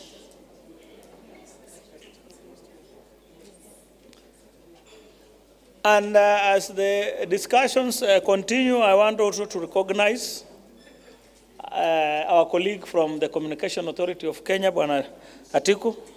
Wave to your people, salimia watu yako. Asante, karibu sana. There was also the Deputy Principal of Kenya Institute of Mass Communication, Bwana Wakoli, was here. We recognize and thanks. We couldn't get a name yesterday in an agency, so that's why we didn't include you. But feel free to make any contribution. Uko nyumbani. So colleagues, the panel, and I want to be very disciplined panelists. See, and disciplined so that while we keep time, but we also discuss substantive issues. So it's not a matter of rushing, but also a matter of balancing, so that you don't give speeches. And specifically, if you look at the panel, it's largely practitioners. Sure. Isaiah works for the Standard in Siaya County for many years. Immaculate is the Secretary General of the Crime Journalists Association, a long-time journalist. He worked at the Media Council, worked at the Radio Africa Group, worked at the Standard. Seth is the Managing Editor of Dala FM. Patricia worked at Katiba Institute as the Programs Manager, is a lawyer. Duncan Haemba, you are aware, works at NTV, but is also the President of the Parliamentary Journalists Association. Rose, another journalist, works at KUJ, as you are aware, he's in charge of the gender desk. And as we discuss these things, the safety of journalists is taking a gender angle. So again, sharing, and then obviously Mheshimiwa Atieno, you are aware, she is the Chief Officer Public Information at the Great County of Homa Bay. And as I said, he's a practicing journalist. So we were very deliberate in bringing practitioners to share what they go through, and largely also the suggestion of what we do. So, because almost all the speeches that have been given here, it was about those problems and the challenges we are having. So we want to look at very critical suggestions. It can be one or two suggestions that can be helped to improve the situation, so that then we also move away. But we are looking at safeguarding journalists and preserving press freedom in the face of public prompted violence. Remember, in the speech, we were saying that a lot of the attacks against journalists are being now where members of the public have been weaponized against journalists, that politicians, criminal gangs, community members who feel that journalists maybe did not get a story. Sometimes it's purely a perception that maybe a journalist never got it right. Instead of going through the due process, they attack journalists directly. In fact, other than just being that it's not a name we want to use, but one colleague in Bungoma yesterday, you are aware, the home of a media practitioner was paid yesterday in Bungoma, where somebody else did not do the right story, then you go with a petrol bomb and bomb the home. That's the most extreme, even if you feel a journalist did not get the story right. So that's the discussion we want to have. So quickly, colleagues, the first, if you can give it 4 minutes, specifically, and then we'll go to the audience, to the participants, so ask very specific question. So Isaiah, I'll start with Isaiah, because Isaiah going work since here, like I mentioned, he has been of harassment and attacks many times. What happened? What do you feel about it, and what do we do? Isaiah. Okay, good afternoon, colleagues. I'm Isaiah Gwengi. I work for Standard. I've been in CIS since 2013. When I joined Standard, I'm married and and a father of 3. Okay. So I've had 2 experiences of being attacked in the line of duty. And the 2 attacks fortunately happened in the hands of police. The first incident happened in 2017 on 22nd of March. And the worst part of it, most of the attacks to journalists always happen during the day when people are witnessing. But mine happened at night when everybody had been chased, and it was now me and the police. So they could do anything they wanted to do. But I thank God I survived. So it was just like any other day when I was doing my work, and it was around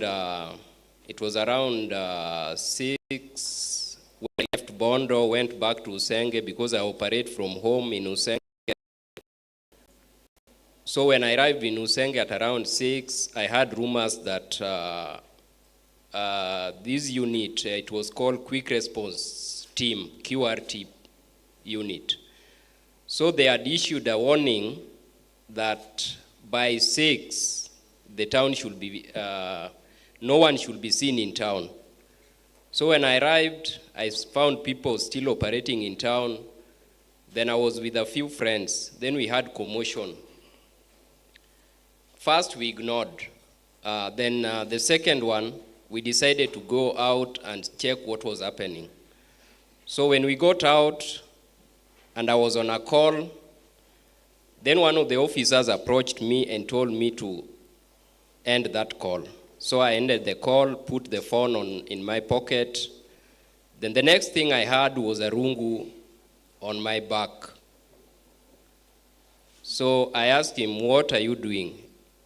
And other officers came. So they handcuffed me, bundled me into the police car. Then I heard one of the officers making a call to their senior, telling him that, "Leo tumemaliza hii kazi." That's when I realized that in all these things, I was a target. That time, I realized that I've been a target all through, because there's a time one of the officers came to me and told me that if I cannot stop the kind of reporting I was doing, then they were going to do something. So I made a report to the Bondo DCIO, and after a week, this incident happened. So it's something that they had planned. I was taken to their camp, which is in Usenge Chief's camp, where I was tortured for more than 3 hours. Yeah, then by then their boss had not come. They called him, and along the way, we had gunshots. At around 10 p.m., we had gunshots. So these officers left to go and check who was shooting. And when they came back, they found that it is their boss who was walking and shooting in the air as he was coming. So when he came, he told me that, Isaiah, wewe mtu mmoja hauwezi ukatufanya tukose kufanya kazi yetu. So we either do away with you, ama sisi ndio tutoke hapa. So I told them that you cannot do away with me. Mimi siwezi toka hapa because this is our home. Nyinyi mlikuja mkanipata hapa, so you are the first to leave. Then hiyo handcuff iliwekwa mwisho, so nilikuwa naumia, and during the time nilikuwa napigwa, walinipiga hapa nyuma, so I was bleeding, and I asked that guy, munipeleke hospitalini, so the rest we can handle baadaye. So he ordered these guys to take me to the hospital. But before I was taken to the hospital, one of the officers said that wewe unajifanya mwanaume, and we have to prove it. So I was undressed. Nilitolewa nguo because they wanted to check whether I'm circumcised or not. So walinitoa nguo, they kaniorder, and I was handcuffed by that time. So wakaorder nivae nguo with the handcuffs on. Instead of taking me to the hospital, I was taken to Usenge police station. By that time, I was still bleeding. So when I arrived at Usenge police station, these officers refused to book me in. They told this team that you have to take these people to the hospital, ndio tukuje tuwabook. So they took another 20 minutes trying to consult with to get permission from their boss whether to take me to the hospital or abandon me at the police station. Later on, they came. I was taken to the hospital. But immediately we arrived at the hospital, I saw this guy went to daktari. They had a conversation. When the doctor came, akaniuliza, why were you throwing stones at the police? So I told him that is not your business. And that's when I realized, hapa, nikidungwa anything, that will be the end of me. So I told him, you are not injecting me anything. Tukatolewa hapo. On your way to the hospital, there is a bridge, this Goe Causeway. Tukifika hiyo bridge, this officer who was now in charge of this team, he ordered the officers who were wale wenye tulikuwa tunakaa nao nyuma. Akawaambia, you take this guy, throw him in the water. And those guys refused. That's when we were taken back to the police station and we spent there. That's how it happened. So the case, we made our statements.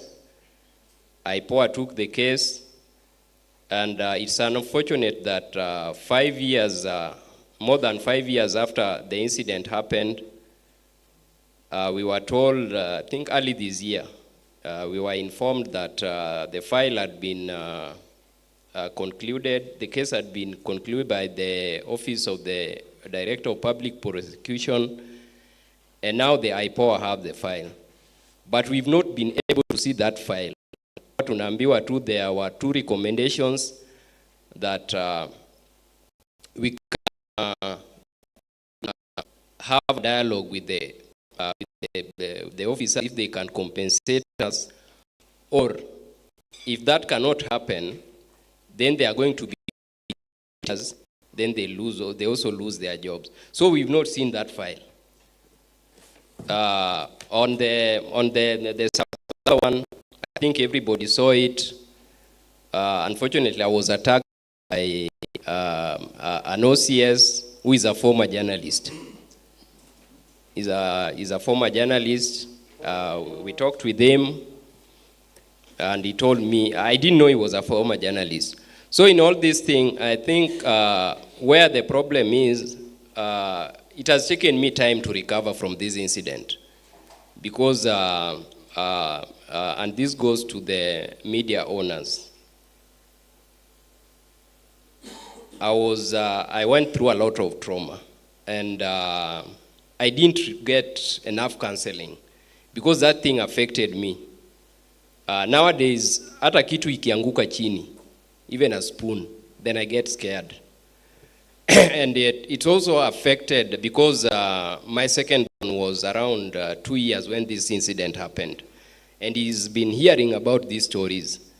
So to date, he's growing up hating police officers. He hates the police way. That's what has affected me, but I'm trying to recover. Yeah. Thanks, Isaiah. And obviously, you see what we are talking about, the issue of impunity. The people who are journalists in most cases are known to them. It's not from heaven, they are known. Both police or even political, there are people who are known. Two, when Isaiah talked about being a married person, everybody laughed. But when eventually in his story, the child is affected, he's affected, during that time he was unwell, how does the family feed? You know, it also becomes a bigger problem. So an attack on a journalist is not just the journalist injured, but extends to the rest of the family who are not even involved in journalism. So you obviously see it has a face of trauma.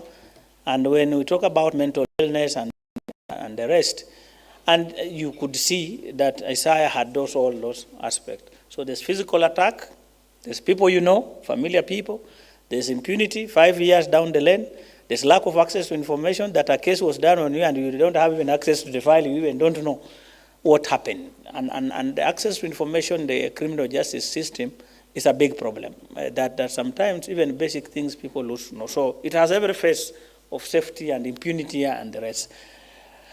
Akelo, you have worked yourself as a journalist many times, and you now lead the Crime Journalists Association. What has been the major experience of your members and yourself, and how do you deal? I see you going to Ngong Forest, Ngong Hill, to do some safety training or something.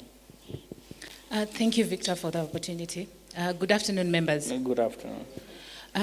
So the biggest thing for the Crime Journalists Association of Kenya, what we note is that there's almost a journalist who has not experienced it. It could be mental, it could be physical, like Victor has mentioned and Isaiah here. And the biggest thing is that even in the mental health of journalists is really not taken care of. And it gets to a point where most of the journalists ask themselves, is it really worth it? Because does the society really lack, Kenya as a society, do we lack the truth? Do we lack information? Do we not know what is happening? The only challenge, I feel Kenya really does not lack the truth. The biggest issue is that even when the truth is out there, there's no accountability. Like you'll place yourself in the line to get these stories. But what happens eventually? There's no action, there's no accountability. In fact, the story is even used against you. And politicians, it has been said here by some speakers that the government is not a big perpetrator for the impunity against journalists, but it really is, implicitly and explicitly. From the utterances that they make, like just calling media names that, are really societal, with the society, they're really taken to mean the media lacks a standing or something even worse. That really pits the public against the media. And that's why we have so much distrust and we have so much, even members of the public attacking journalists when they speak up. Like we have a case where a journalist was attacked during Mandamano. And what the public does, instead of, we are supposed to be seeing outrage and all this, people really condemning the action. But we even see some members of the public commending the police officers for doing that. And that is also just because of political polarization and utterances that the members of the state do make. So what we have been doing as a Crime Journalists Association mostly is just to try and get journalists to talk about the mental health and just talk about the challenges that they encounter in a bid, to make them understand that the society still needs them because we still need to know that truth. when you keep doing something over and over and you're in the line of, you're really placing yourself in danger, and you keep wondering why what you're doing is not having any consequences, you find journalists just wondering if they should continue being journalists or they should, move away. And to make it worse is when you're doing this with no pay or with really low pay. Because impunity even starts in-house. You're working, and it's not just a commitment, because it gets to a point where it is not a commitment anymore. Journalists will look for alternative ways of getting the money because they need the money anyway. And that is why corruption and bribery is really getting rampant in the media. And we're also losing public trust at the same time while doing that. Because a correspondent has not been paid for 6 months.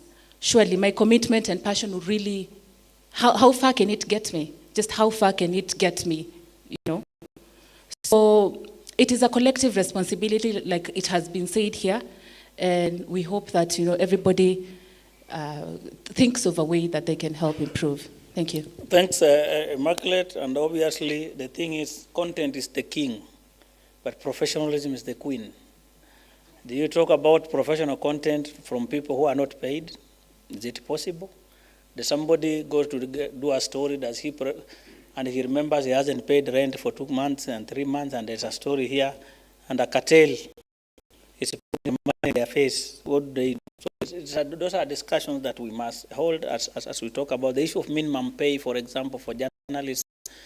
Do we need to do discussion with the Ministry of Labor and the rest to see just a minimum pay? What are the implications of this thing? And it's a discussion that people must hold as we go on. Said, managing editor, wewe unakalia kabisa.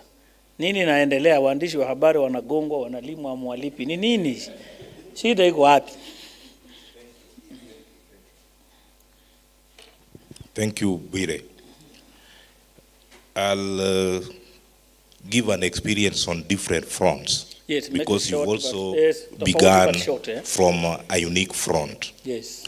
Now, in terms of crime against journalists, especially coming from the public, it is rampant. If I give an experience in 2005 referendum, where the country was divided into bananas and oranges, unfortunately, the region where I operate from was orange, not the media house, the region. And it was almost an abomination to report anything positive about the bananas. And that led to several attacks. An example that I can give, we were in Bungoma, and a standard journalist, Anderson Ojuang, was attacked because he was perceived to be an orange person. So that is an experience. Now, this is being perpetrated by, one, it begins with the politicians, probably the state, and then the public. The politicians, when a senior politician says in public that a particular media house is not for the people because simply it is perceived to be supporting the banana in 2005, it became an issue in this region. So once a prominent politician having massive support and influence from this region says that royal media is not for the people, simply because it is perceived to be leaning towards the bananas, then it means that the local media house here must toe the line. If you don't, then the youths in Kondele are there waiting for you, the youths in Nyalenda are there waiting for you, and the youths in Manyata are waiting for you. Remember, the journalists operate within the region, they are known by the youth and the politicians, and they are branded traitors. Away from the referendum, come the 2007 general election, it also divided the country, and this region was almost one-sided.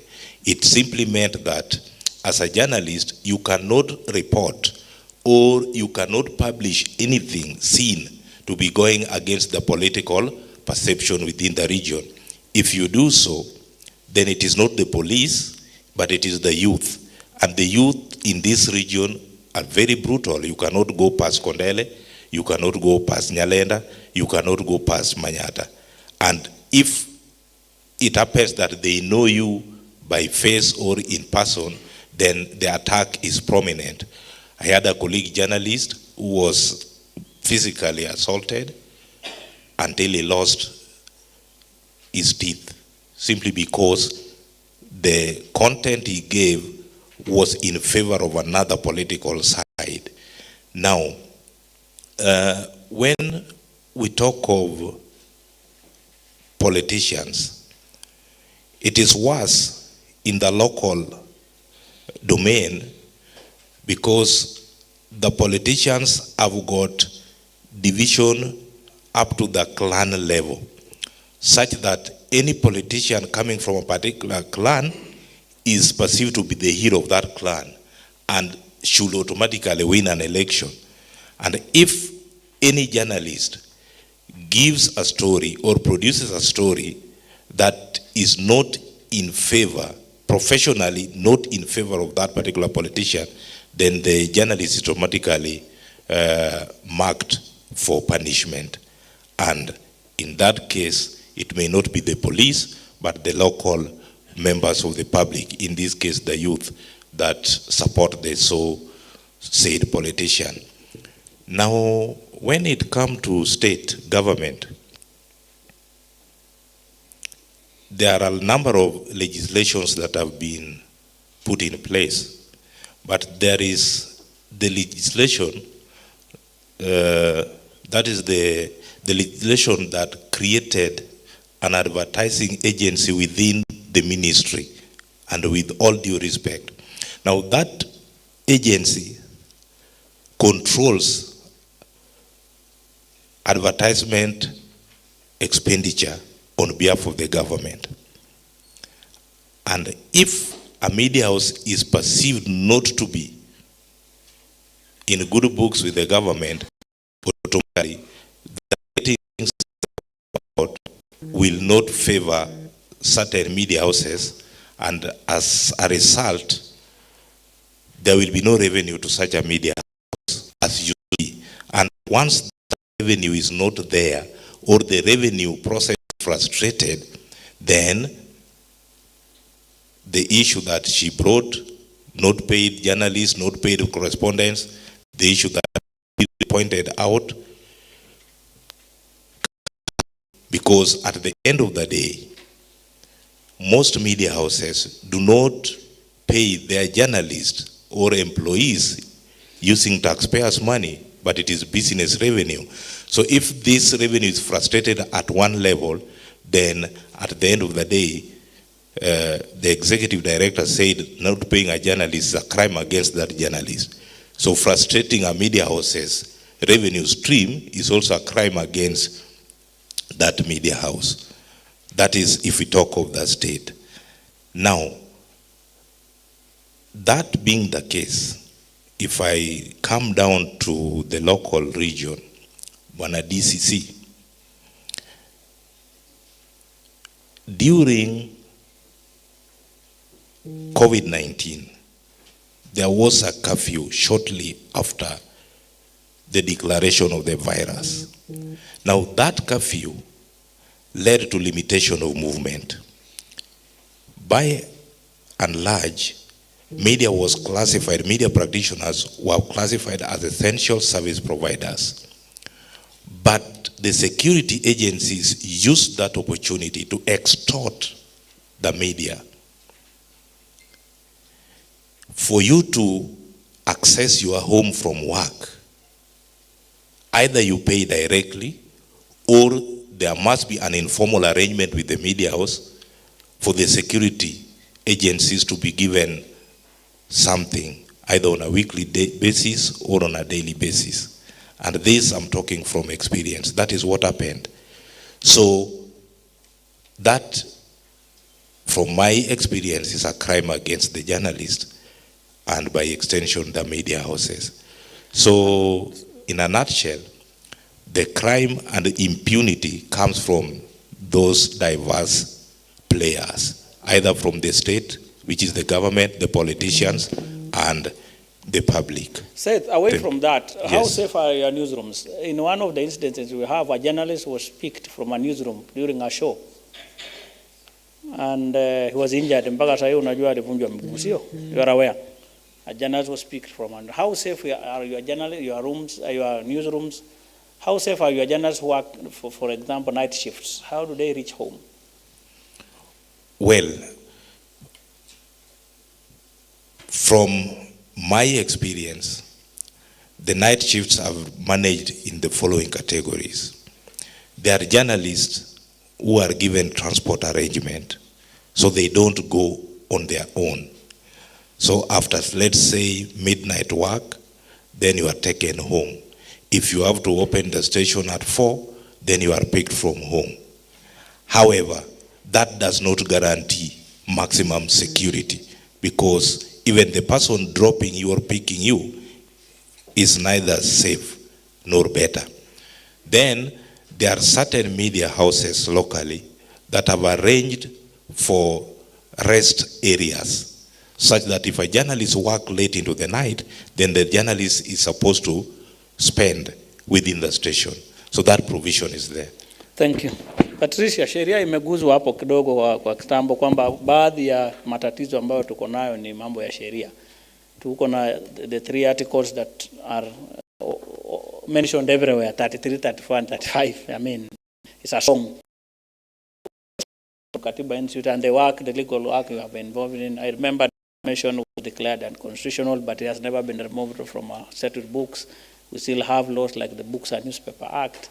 And others, I mean, while keep remember, especially broadcasters, some of those laws that sometimes either they are delegated or actually. What's your experience? Thank you, Victor, and also thank you for having us here today.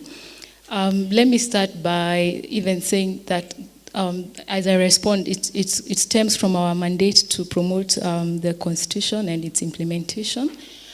And our experience, I think it's, and I think I can summarize it in 5 ways, is that one, we have laws that are progressive in the sense that they align with the Constitution.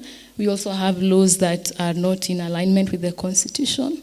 Then we have the culture of non-implementation of the law or the court judgments.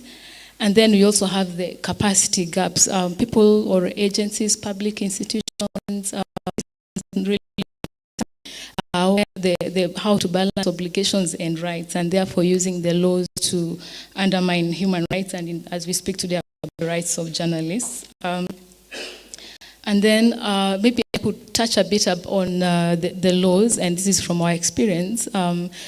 Some of the laws that we have that are supposed to help us implement the law include the Access to Information Act, which implements the Article 35 of the Constitution. And what we've seen is that as far as the law creates the duty of agencies to proactively disclose information, we have not seen this being respected. And also, so we use access to information requests to get that information, either to get information about an issue or to facilitate us to go to court, and even access to information a way of enforcing court judgments. For instance, when we were doing the 2/3 gender principle case, and we got a positive judgment. So in the previous election cycle, we sought to find out how far is this being implemented, and we had to do an access to information request to the IEBC, for instance, to confirm how far they have gone to apply that act. And then there's also the second aspect of where we have laws that are retrogressive to human rights and even press freedom. I could cite a few. For instance, there's the Penal Code. This law was a colonial act, and some of the provisions there are really regressive.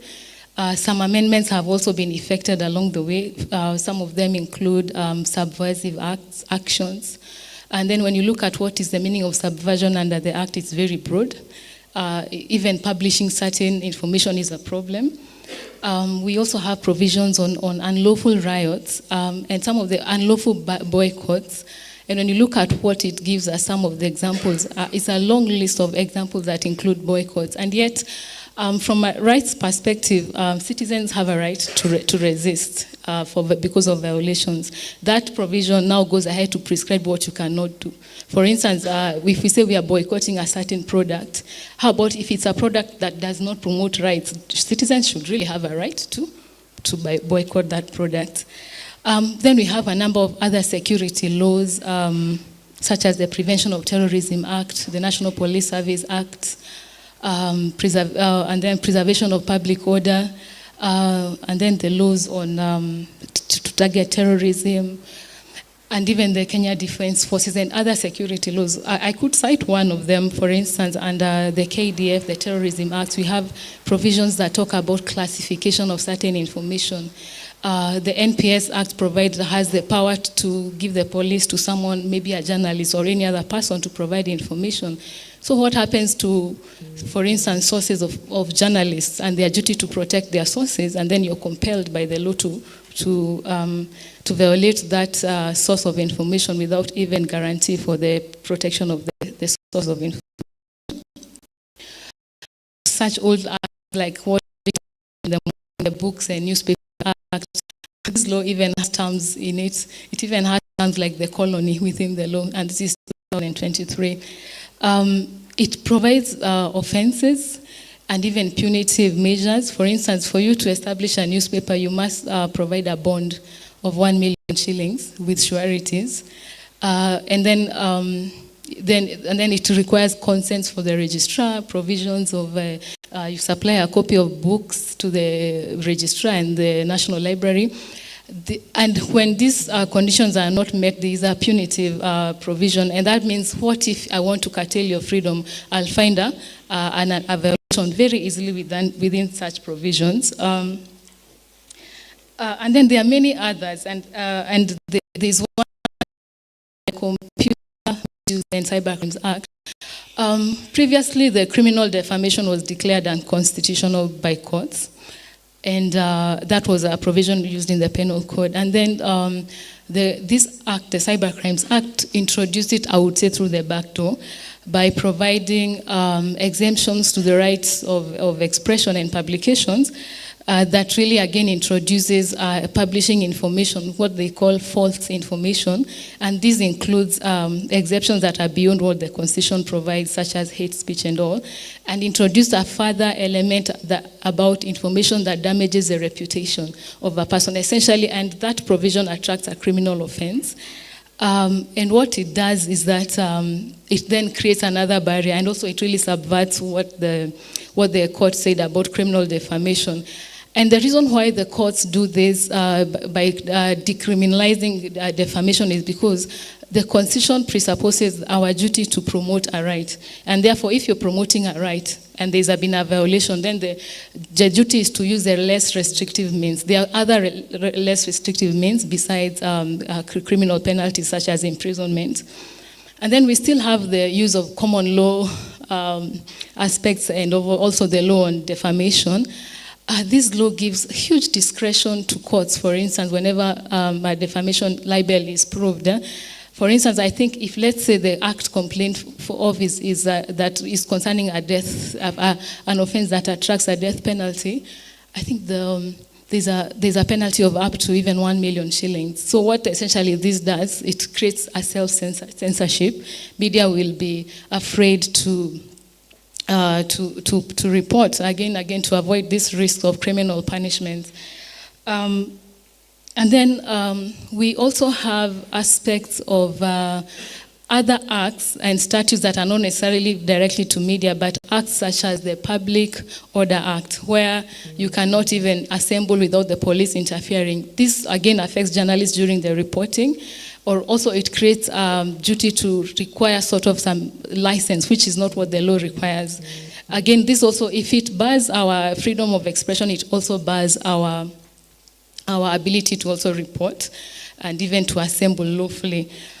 Let me say, I could not, there are very many provisions, and what we've done at Katiba Institute, we shall be sharing a resource that has analyzed these laws. intensively with recommendations for amendments, and we shall be also inviting you for that process because it's in the final stages, and say that there are many ways of now what we've seen, what we can do, and one of them is, of course, internal vigilance. We'll never stop challenging violations because there's a culture of impunity, and I say there's a culture of impunity because there's sustained violations, there's no adequate redress, and also there's no adequate consequences by violators. And then continued oversight. On our part, we use access to information, petitioning through the courts. And then there's also the aspect of petitioning through the courts or through the legislators, both at the national level of parliament and the county levels. And we have a challenge here on our part to scrutinize county assemblies even more and see whether the laws that are being enacted are in consonance with the Constitution. And then we also have the aspect of capacity building. And there are different aspects here. One, I think I want to take the challenge we were given by counties who are willing to partner so that we can enhance access to information, laws, and implementation. And then there's also aspect of enforcement of court judgments. Sometimes judgments are issued to specific agencies, and sometimes it's a capacity of how we comply with court judgments. And then we've also seen an aspect of where access to information is denied on account of the data protection law. There is no conflict between access to information and data protection. There's a balance, and understanding where rights end and where does the public duty provide begins. Thank you. Asante. And one of the things which the Kenya Media Sector Working Group and the sector, there's a sector-wide review of the laws. You remember there's a task force by the Honorable Owalo, the CS for digital and ICT and digital economy. So please again be encouraged to share some of your experiences, that task force, so that much of what we are discussing there here can. I am aware the Kenya Media Sector Working Group is planning a meeting to collect some of these views that affect the sector that then will be shared with the task force. But even at individual level, at institutional level, capacity level, please let's share the capacity so that then it can find itself in some of the reviews. Because there are laws that it's never been applied. So when we keep it in our laws and it continues attracting our poor rating, you can never say. So, Kayemba, every day, Monday, I think Tuesday to Thursday, you interact na waheshimiwa, sio?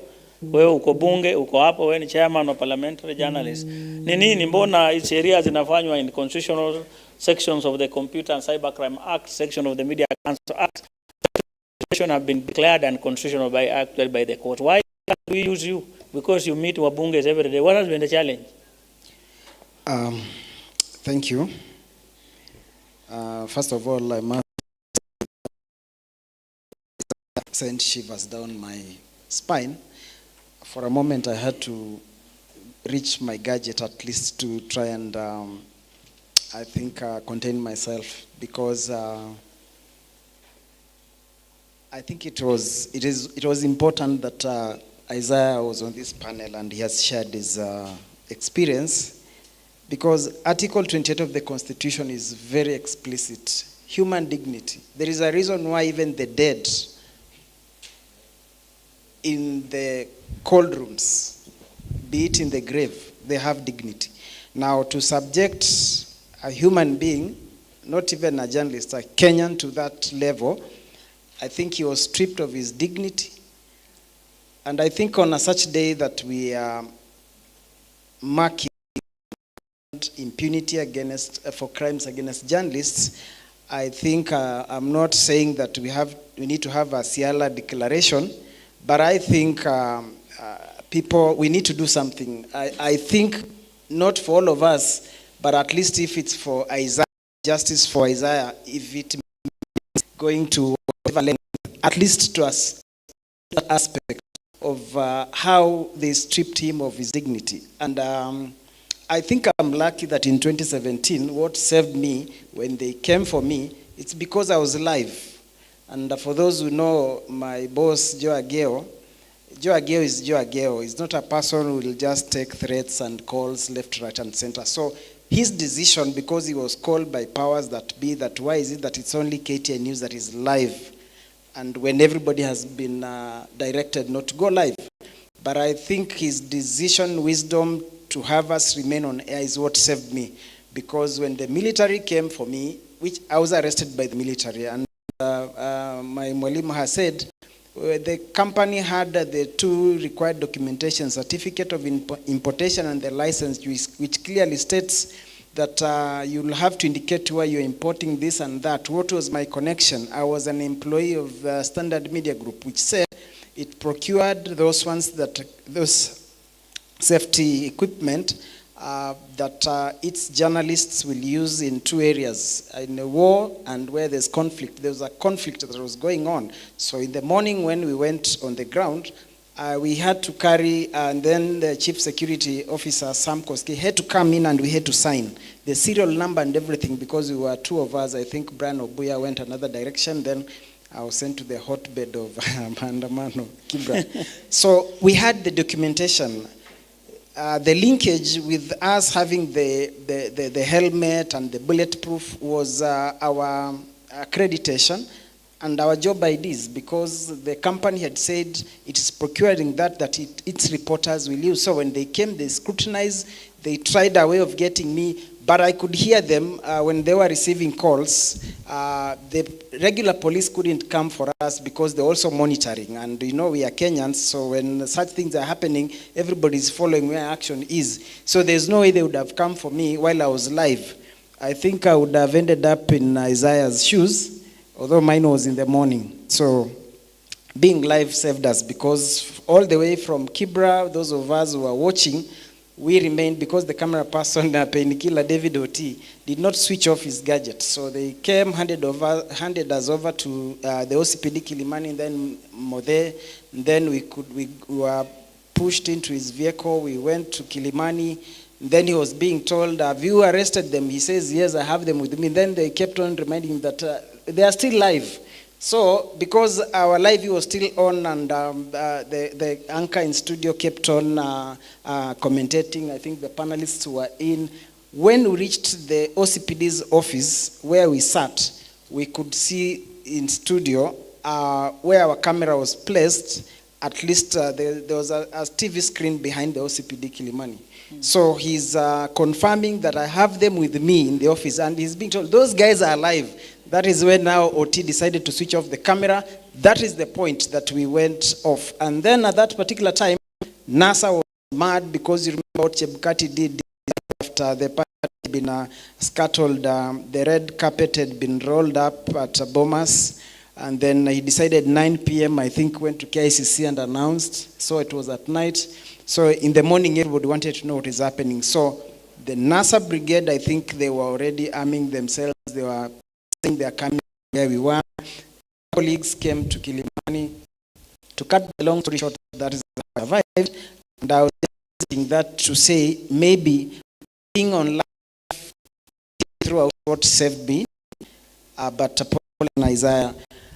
Mwalimu, why is not in Parliament? I'll refer you to June. This is a tweet that was made by Senate Majority Leader Eric Cheriot, who said that there are 2 cartels that they are not to work: KE Banks and KE Media. Then he said, for of he likes that term. Because of that, I'm trying to imagine how he was thinking. It's public good. We must be. Now, you expect the majority leader in Parliament, the National Assembly, or the Senate, to move. They are the ones who move actually the. Now, the majority leader who says that them, media is of them. How do you expect them to actually push for repeal of those acts that have been found unconstitutional by the courts? Your guess is as good as mine. So we have an arm of government that, for lack of a better one, would say they have been held captive by the executive. In fact, my good friend Frank Mkwanja keeps on saying that where he sits, I think Parliament is an extension and of State House. basically, we have has decided that the role of checking on government is a preserve of the minority party. Thus, the three arms are supposed to be autonomous. So they have themselves. Remember what happened, I think, with regard to the leadership of the House?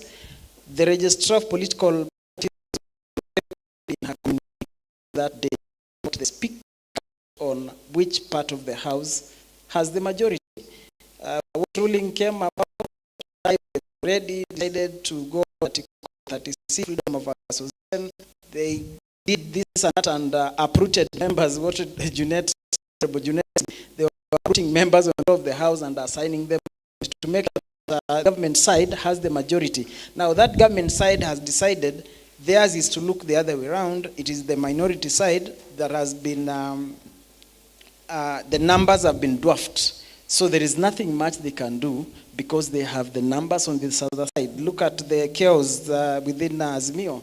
Like the members of a constituent party, they are now being attending PGs of a ruling party in State House.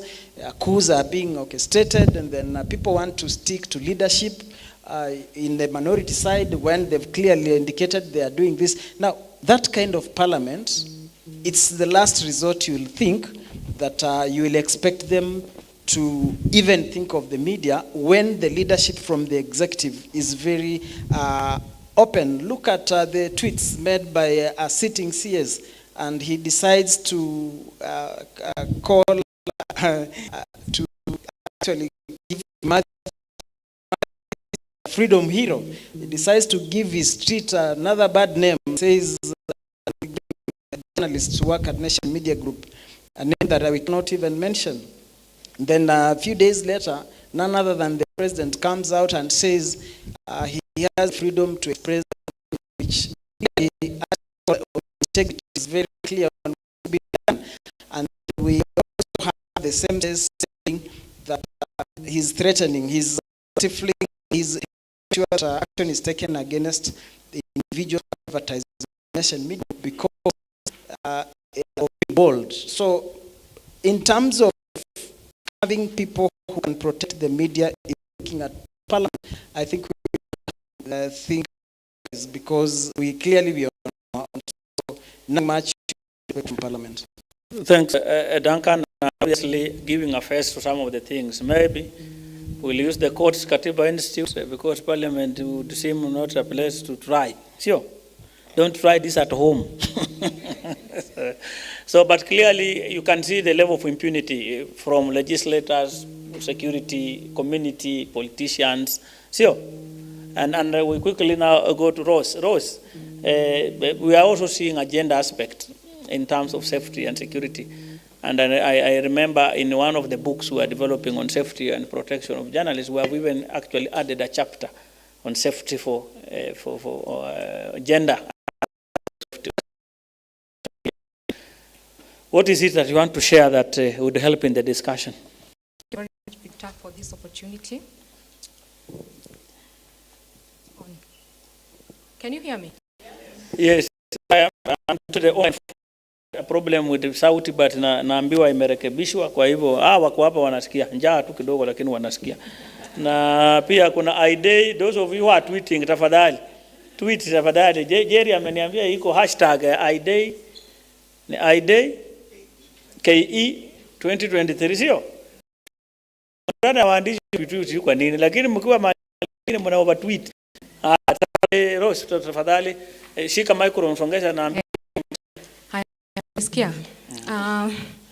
one of our missions at KUJ has been to empower the next generation of journalists with the right skills, knowledge and tools to navigate their careers in a trying industry where there are so many threats that are coming from all corners. And from where I see it, as much as this impunity is external, is also internal.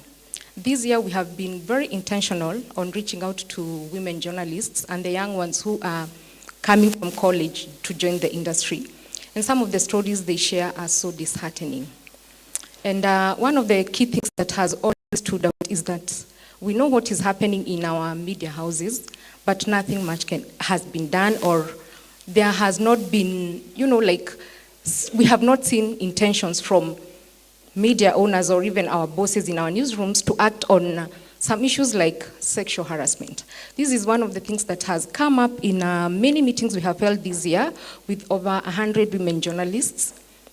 And as much as KUJ is doing its part in helping them, we cannot do this on our own. We need to see a lot of action from media houses. And also, one of the other key things that has come up, you realize that women are missing in our newsrooms. In some bits, like investigations, crime, you'll find that women are away from such bits. And it's because even in our own small circles, you will hear them joking about women pursuing, areas like women are not capable, and they tend to shy away.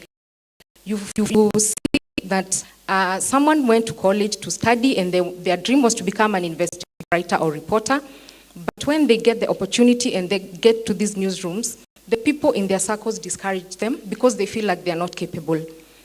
We need to see more happening in our newsrooms, whereby women are more empowered to go for what them there, to realize their dreams. Of online harassment, it's a monster, and I don't know how I'm going to slay it. We have gotten a lot of feedback from women, and the speakers who spoke earlier, they touched on that. Women are facing a lot of threats online, such that when you do your work, you fear what people will say about it online. And that is why we find that a woman will join a newsroom 1-2 years, and go to communications where they feel like they're more safe. There's also the aspect of pay. As much as I am, I come from KJ, I'm also on a standard. I have not been paid for 6 months. When someone like that is go through what they are going through in the field, what do we expect them to do? I would like to see a lot of action from media owners. I don't know if this is a big ask, but I was asking myself, like a fund to support journalists like Isaiah, who have the passion, they are so dedicated to their work. But they go out there, they face a lot of threats, and they still have to serve us, because, I mean, if we report on what is happening, who will do it for us? So we've seen a lot of threats, especially on women. I'm always biased because I'm a woman. And if I didn't get the help I got to get to where I am, I wouldn't be in the media industry. So, Victor, you asked me what trends we are seeing. We are seeing a lot of attacks on women journalists online. And the sad part is that these attacks start online, but eventually they go offline. There's a case of this, she's a media owner, or she has her own digital media organization. She's, I think, from Philippines. She has the cases that makes me feel bad and for our women. She just did an innocent story about corruption. Then all of a sudden she was being attacked. She says she was receiving 90 hate messages in, is it 1 hour? She didn't know where to run to. And such attacks have a lot of psychological and mental torture on these people.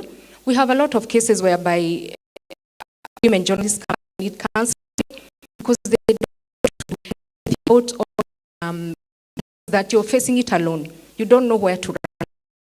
You see them, you feel like you want to respond, you don't know how to respond, and then there's the threat of AI. Someone will go to your Facebook profile, social media, pick your image, and they will generate maybe an image of you and start spreading rumors about you. So we have a lot of work to do, especially on the digital spaces. We have a lot of work to do to protect our people so that they can operate in a safe, respectful, and an environment whereby they can thrive career-wise. Asante, Rose, and as we said, digital AI and how is digital impacting on media at safety level, the issues of safety. Many of you are here now today, quite a number have said, it's fun, but if you are doing those investigative, sensitive stories, the level of exposure to whoever is following me becomes easier. Those of you who stay in the problem, say here I come, the neighbors know you are in Yala, they can break into your house and steal because you already told them you are not there. So some of these things, the technology, positive things, but how do we utilize technology so that you don't overstay your life online? So both in the field, in the county, what are some of the issues you are seeing? And a lot of people are raising issues of access to information, harassment by former journalists who cross over. What changes? Why do journalists become an enemy all of a sudden once you join government? Thank you, Victor. Let me first respond to Madam Ross, who said that then people run from the media house and go to comms where they are safe. Let me say it's not any safer there. So in the words of Atuoli, in whose hands are we safe? Once was a director of communication. So I was a director of communication here in Kisumu for 6 years, under and so the current time the big story, Kisumu people know, a big story written about me, how my husband to Rusinga Island, how I gave him some 1.5 million, and I was asking him, when you have another wife, give me this money, I'm broke, man. Anyway, so unfortunately, we might laugh about it, but the effects of that fake story, that misinformation, that disinformation were dire. They were not as easy as we think. So we are not safe even on the other side of the fence. And the other day, whilst working for Homa Bay, at 11 p.m., I received a unga feki. Raila azindua unga feki. Unga feki, kwani unga ni brown, yo unga ni green, yo unga ni feki how? What's my point? My point is I'm appealing for objectivity. I'm appealing for professionalism. I'm appealing for us not to distort facts. Because some of you know us, we work on the other side, reach out. I'll tell you, and the team here today, that principle of proactive disclosure is something we abide by fully. If you go to our online presence or our online pages, I quickly looked at X, which is Twitter, and around the region, and tweets and the posts. Governor has 10,000 posts on her page. Compared to other governors, I won't name them, but what close walikuwa na 2,903, talking 14 governors in the region. So for us, we proactively disclose information. And I worked here, and maybe wanaweza sema, si wako hapa, I've seen akina Rashti, you let me know if and Dixon, if I did not disclose or I did not go beyond even my means sometimes to ensure that you got information. Having been a journalist, having written, having worked in the broadcasting stations, and I knew how important information was. And when you don't, then you give room for distortion of information. So it's not any rosier on the other side, but you're asking what changes. It doesn't change. For me, it doesn't change. I guess it's an individual's decision to change or not. But if you also just did a quick look around at people hired as directors of communication of Governor's Press Unit, do your studies and analysis, Victor. It helps if we have more and more journalists working in communications offices. And in some instances, you'll find ICT officers coming in as communications people. They don't understand. For them, disclosure, they know only how to hold information.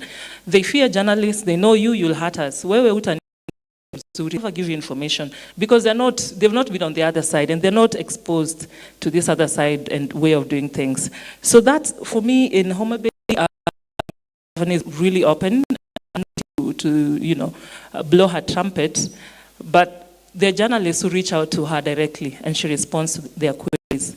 And over again, you'll see her on media speaking out. I mean, her background is in civil society, so she knows how important it is. And she's also a champion. She's really keen also on issues around gender. But moving forward, can I share what I think can work? few seconds. In a few seconds, like, oh gosh, the seconds are gone. Anyway, did somebody switch off my microphone? Oh no, it's on. Proactive disclosure, if you can push for that, very important. We have former journalists holding key positions in government. Why don't we out to them and try also to mainstream? I feel mainstreaming of journalism, even in security studies, can we mainstream? Can we go to Kiganja and tell them, guys, these are not your enemies? You and us as journalists, I still see myself as one. We are all here for the rule of law. We are here to protect democracy. We are all on one side. There. Why do you even pick a baton and hit me? What if I did the same? So that's why there's this acrimony between the and the security forces, which I'm hearing over and over again. And again, there's the issue of the Access to Information Act. In Homa Bay, we have started of writing the bill and, of course, moving it all the way to enacting it. And over and above that, communications operandi, where we are servants don't like to disclose information. They always are very, very scared of a spokesperson, and she's seated here. So there, as a spokesperson, I'm able to also reach out and also encourage other people to just be active and be open to finally, I again beseech you, activity reach out, seek information, seek clarity. We're here to work together. You talked about development journalism. You talked about responsible journalism. Let us be responsible because we want our regions and our countries to grow, but it cannot grow with stories such as Raila as in unga feki.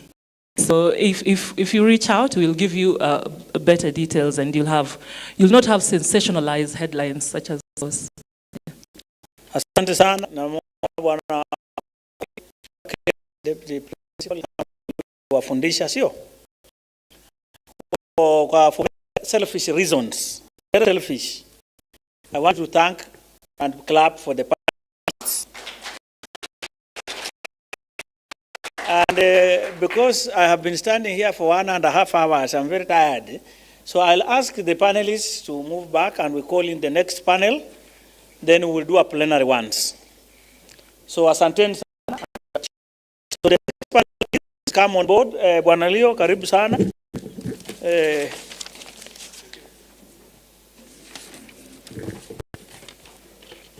The final panel. The final panel. Alphonse,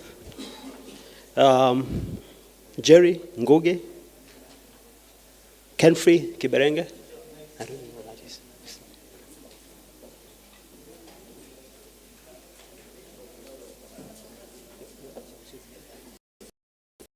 Right.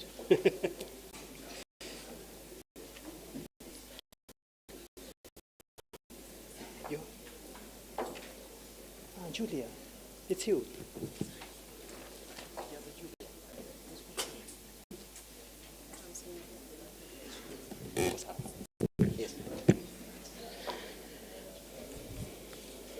So thank you so much.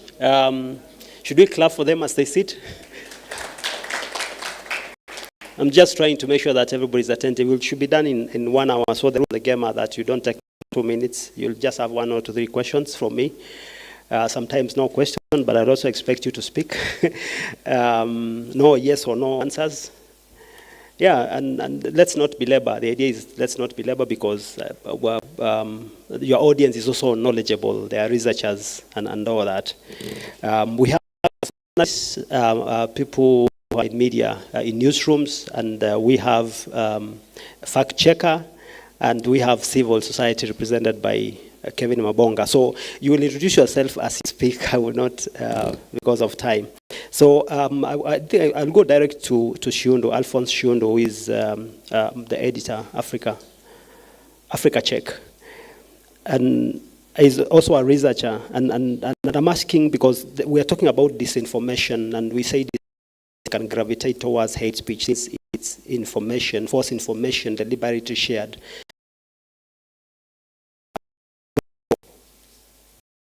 Are we safe? Are journalists safe online? And conversations that have started to come up in the last few years about gendered disinformation, deliberately targeting female journalists or even women, with an attempt to harm them or to discourage them or to demotivate them, to kill their careers and things like those ones. Are journalists safe online? Is it an area that we need to be concerned about when you talk about press freedom? Thank you, Leo, and thank you everyone for showing up. The question you ask, and before I respond to the question, it's Alphonse Shundu. I work as the editor for Africa Check. What we do is we do fact checking and we fight misinformation, disinformation, and we try to keep the public debate honest. We are in countries, and that would be about the matter that I would say for this.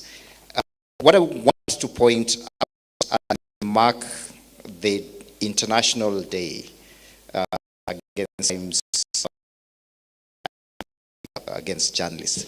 It's that we have to be very clear when it comes to fighting disinformation among journalists, that the job is to hashtag expose the impunity that is making. And in doing that, we need to speak our truth with honesty, and this is one of the things that I'm going to talk about.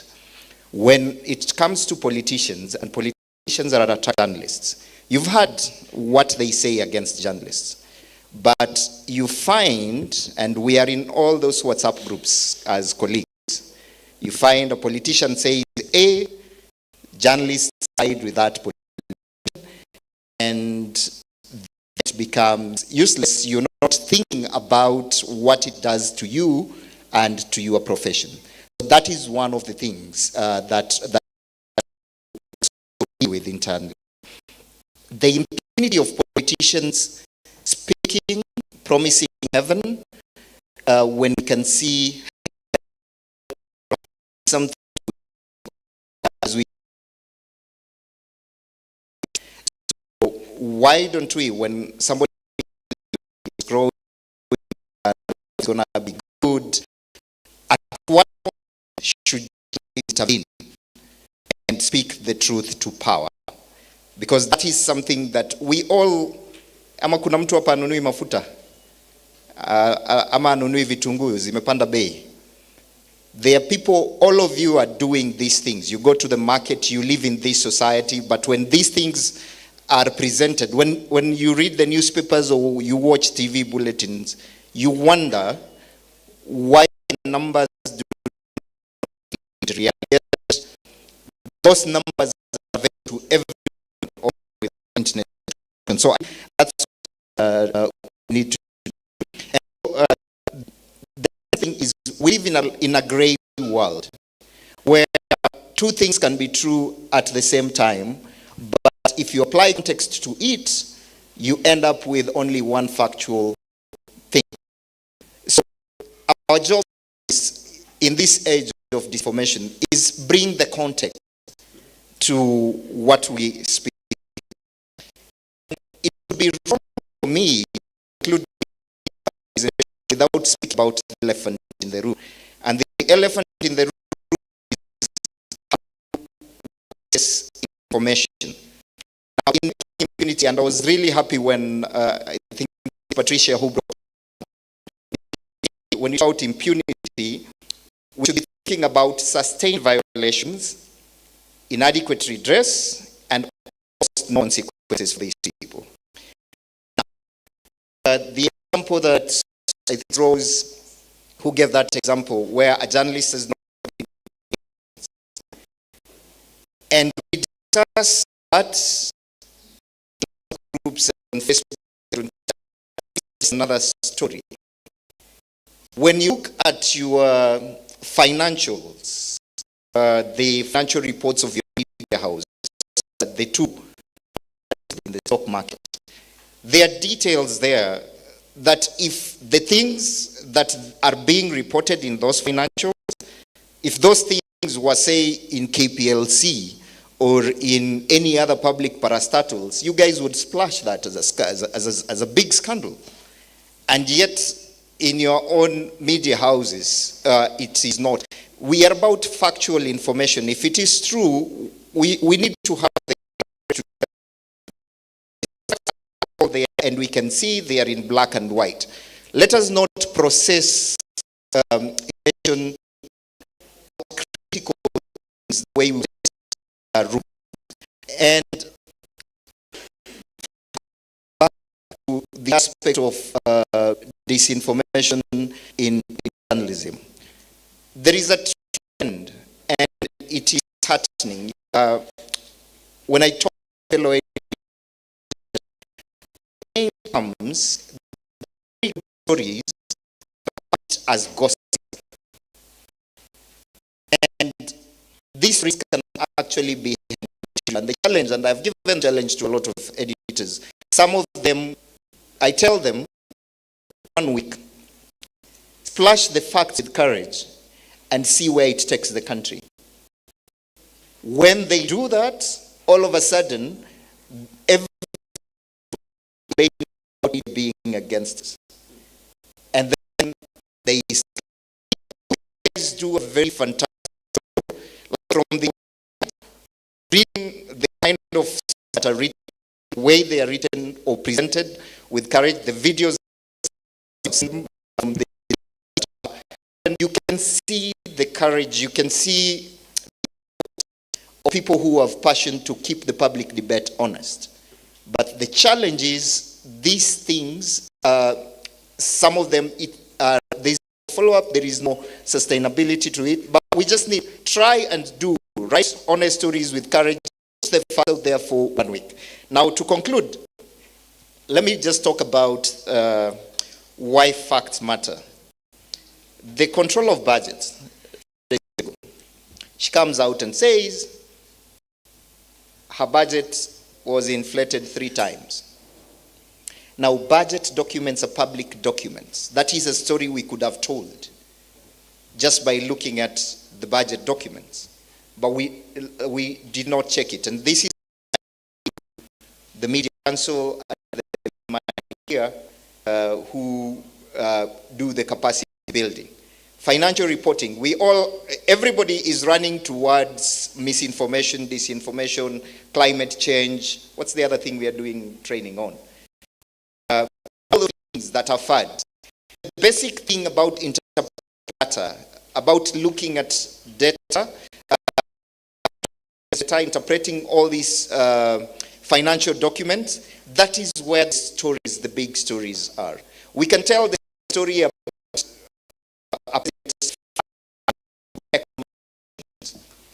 and he will make it political. But how much money is spent, it stops being a story about 36 destinations and globetrotters. Where could it be spent better? We can't fight disinformation with facts, disinformation about courage, and that's thinking to people who understand. If it's the we are available as experts to show people.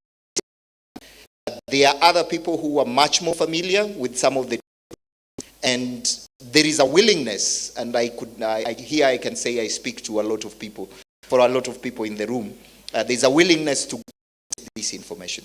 So to set the record straight. Thank you, Leo. So much.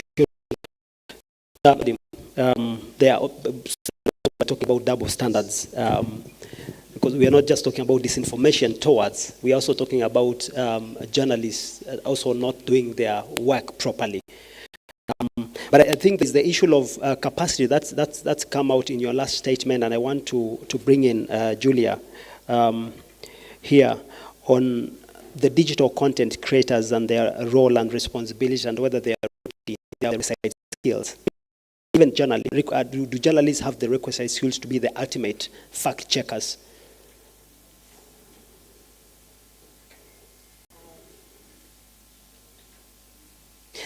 Yes, I think just try to.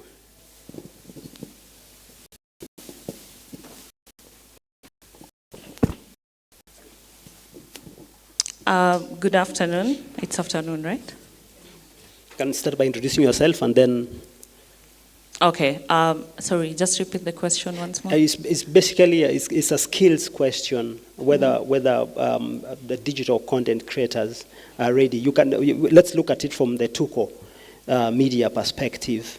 Remember in 2017, 2018, we used to pick TUCO as one of the purveyors of fake news at the time. And I think TUCO has managed in a way to become mainstream. I don't know whether all journalists here would agree that your mainstream is an opportunity for you to defend that.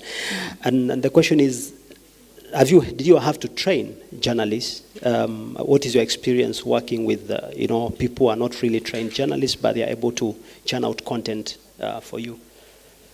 Okay, my name is Julia Majale from TUCO Media.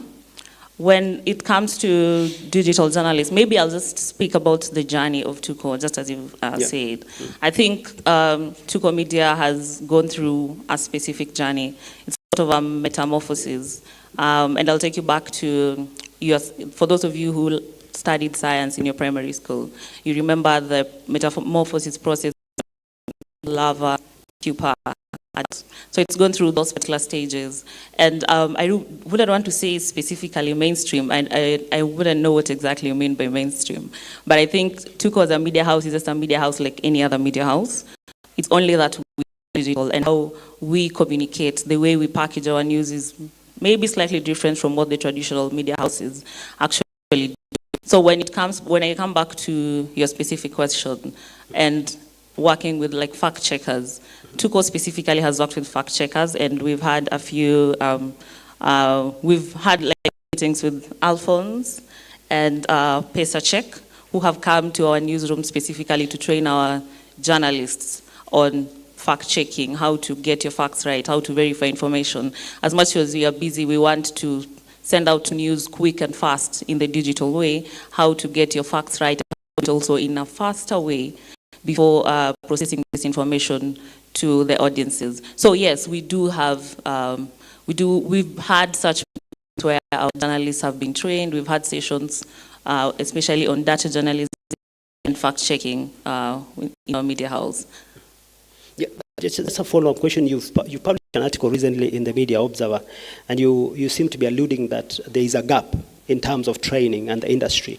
And your main content of the article is that you want to encourage that experienced people working in the newsrooms need to also switch over and become lecturers and become teachers on the other side, so that by the time a student joins the industry, they are better qualified than they are today. Could you elaborate on that? Oh yeah, sure. My understanding is how most of us were trained, I'll say millennials or those of us who are in like our 30s to 40s, how we were trained in school back then and the curriculum that was used back then. I do have a feeling, and actually I think most of you can agree, that the industry has changed. Right now the industry is focusing more on digital, and it's just a challenge to the lecturers and the academia world to recheck the curriculum that they're using in training the journalists who are coming out right now. The 20-year-olds who are just leaving the news, they are graduating and they're coming to the newsrooms. The kind of information they are working with and what they're coming to work with in the media houses. Nowadays we've come up with new roles in media houses, people who actually just do reels, real creators. Their work is to put information into very short, punchy facts that can be consumed by the specific audiences who are young audiences. Are these trained in schools, and what exactly is out here? So my challenge to the academia to the newsrooms, understand what is happening, train we are teaching right now in schools. Thank you. I'll come back to you later. And now I wish to go to Njeri Ngugi, Royal Media Service. But before I do that, guys, I hope you are tweeting. We have seen that we are tweeting, but nobody's retweeting or reposting for that matter, or we are Xing. Nobody's re-Xing. I don't know that. So the hashtag IDayKE 2023, please kindly use that hashtag. Make impunity visible, hashtag number 2. And number 3 is end impunity, kindly. IDayKE 2023. make impunity visible hashtag and impunity hashtag.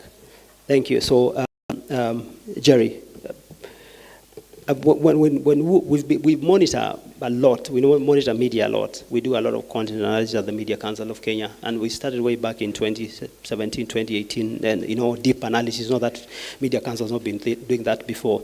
And we in 2018, 2019, and even I think recently, last month or it's somewhere in July or August, the brand called Royal Media, the TV, Citizen TV, has been targeted a lot online by even people appropriating it and using it as to market themselves or to spread disinformation, sometimes misinformation. And I'm wondering, for the Royal Media, do you get concerned? Good afternoon. Just switch it on. I hope it's on. Is it showing any numbers? All right. Good afternoon, everyone. I will be brief because I know people are hungry right now. My name is Njeri Ngugi. I am from Royal Media Services. I am a radio news editor as well as a digital news editor. Now, to answer your question, Royal Media, yes, is a big brand. Each one of you at Asai, if you go somewhere, when you're in a restaurant or something, Eka News, Mneka Citizen TV, isn't it? So our brand is well known, not only within Kenya, but also within the regional area. And when it comes to disinformation, one of the challenges that we experience is copycats. As it is right now, one of my biggest challenges in the job that I do is to deal with copycats who take our brand, just that little logo, and make videos of disinformation that have nothing to do with us. So constantly, I'm always fighting with a post how to put the fake, which is very unfortunate. And I'm sure that is something that goes across on all media houses, for KBC, KTN, Radio Africa, whichever media house. That's one of the experiences that we have where we have already gone on the field, gotten this information, verified it, and posted it. Yet there's someone out there seated in front of a computer creating disinformation and using our individual brands for other companies. Now, for Royal Media Services, it's a challenge we have on a day-to-day basis, and it's hard to fight it. Especially with the Information Act, whereby it will come back to us and we are being asked questions, this and this is going forward. Yeah. And as you've said, you monitor a lot for all our media houses. I tell you it's a challenge, it's quite a big challenge. But it's always about fighting it on a day-to-day basis. If there's disinformation coming forward, instead of fighting it in an abrasive way like putting fake news, is to put the right information outward. And that's why we have things like opinion blogs or something like that. Or like she mentioned, reels. We decipher that information into small bits and share it on the social media platforms. Digital is the way we have gone now. People wait to watch the evening news sometimes or listen to the news every hour. It's information that comes out as it's churned out. So it's always about deciphering the information and ensuring that we are able to, inform the masses in terms of the right information. Like has been mentioned in terms of fact-checking as well. Like that one for budget, yet it's public information. But someone will sit down and write a story about the 36 trips that have been made by the president. We down again to decipher that information, break it down, is out there. So can we now break it down and ensure that we're informing the public in regards to what exactly is going on? So disinformation is something that we fight, but it's an ongoing process. It comes trainings on fact checking, also by the media partnerships, and also with schools. I am proud to say that I'm a KMC alumni, so I'm happy to see principal here.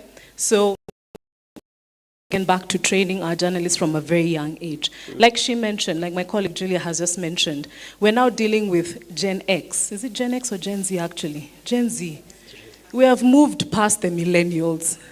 We have even moved past the millennials. But I will say I need Gen Z.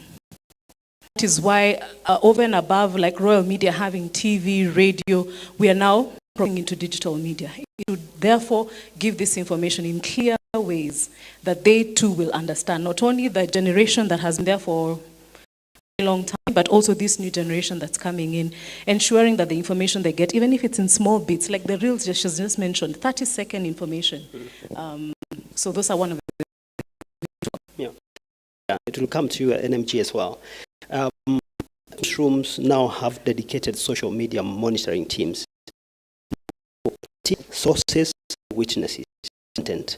The problem is that not all of these teams have had the training to deep into provenance of the posts, images or videos they find. How do you prepare journalists? Because we've seen a gap, of course, training, that needs to be introduced in training, and maybe universities, fact checking and all that. How do you do issues when you employ? Quite a big gap. Away from journalists being information. Everyone seated here, whether a journalist or not, can do a story now. Each one of us has our own social media platforms. That's a news platform. Not that, but also everyone now, common humanity has become a reporter, so to speak. Product, we allow the public to now give us the stories. It comes back down to us about verifying information. It's one of the core things called verifying information. Always have the right sources. As has been spoken here, a government about that with the institutions that we work with. Like in my case, I need to have a partnership with the schools. All right? Like for Kaleche here, I would speak, it needs partnership with her to work with schools, isn't it? That this is how media owners are now transforming the media industry. Is the school in love with us? Are they teaching the right things? We've moved away from who, what, where, how, isn't it? Yeah. Now moving to, are we sure about this information? Have we verified this information? What sources did you use in terms of digging deeper, in terms of the stories that we do? So it's all, I think, partnerships. It's not media houses just being media houses and standing alone, but it's also working with institutions such as schools, institutions such as the Media Council, even the government itself, have partnerships where we're not strangers to one another or enemies to one another, so to speak. I think it comes back down to having partnerships with one another and understanding how each organization works. Thank you. Thank you for that. Kemfrey, Kiberenge, the same question, but I mean also picking it from what Shundu was saying, are we regurgitating what politicians are saying as you respond to that? Are we taking journalism seriously as a of verification? And how is NMG doing it from the digital perspective?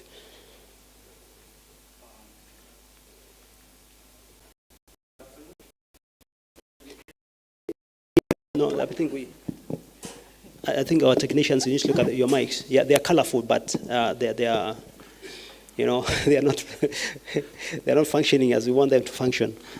Yeah. Good afternoon. My name is Kenfrey Kiberenge. I am an editor at Nation Media Group. I particularly take care of Nation.Africa.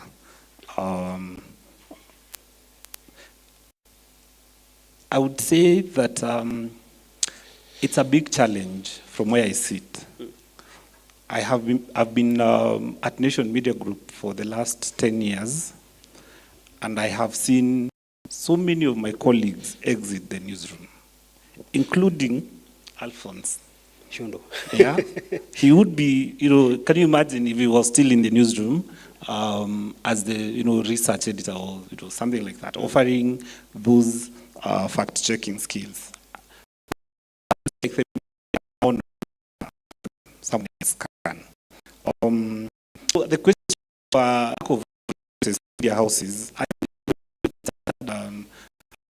stories of colleagues going for 6 months.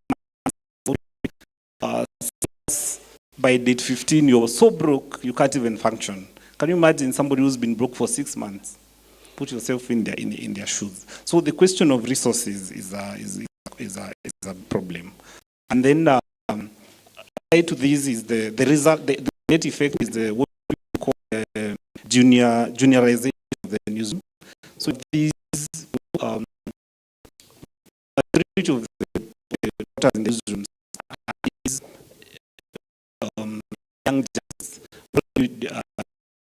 Once a couple, there are things I could know when I was starting out. So you have every year, 3 years, you see the people who are maturing to do much of these factors, almost linked to counties, national government, NGOs. MCK is actually one of our biggest transfer beneficiary of the newsrooms.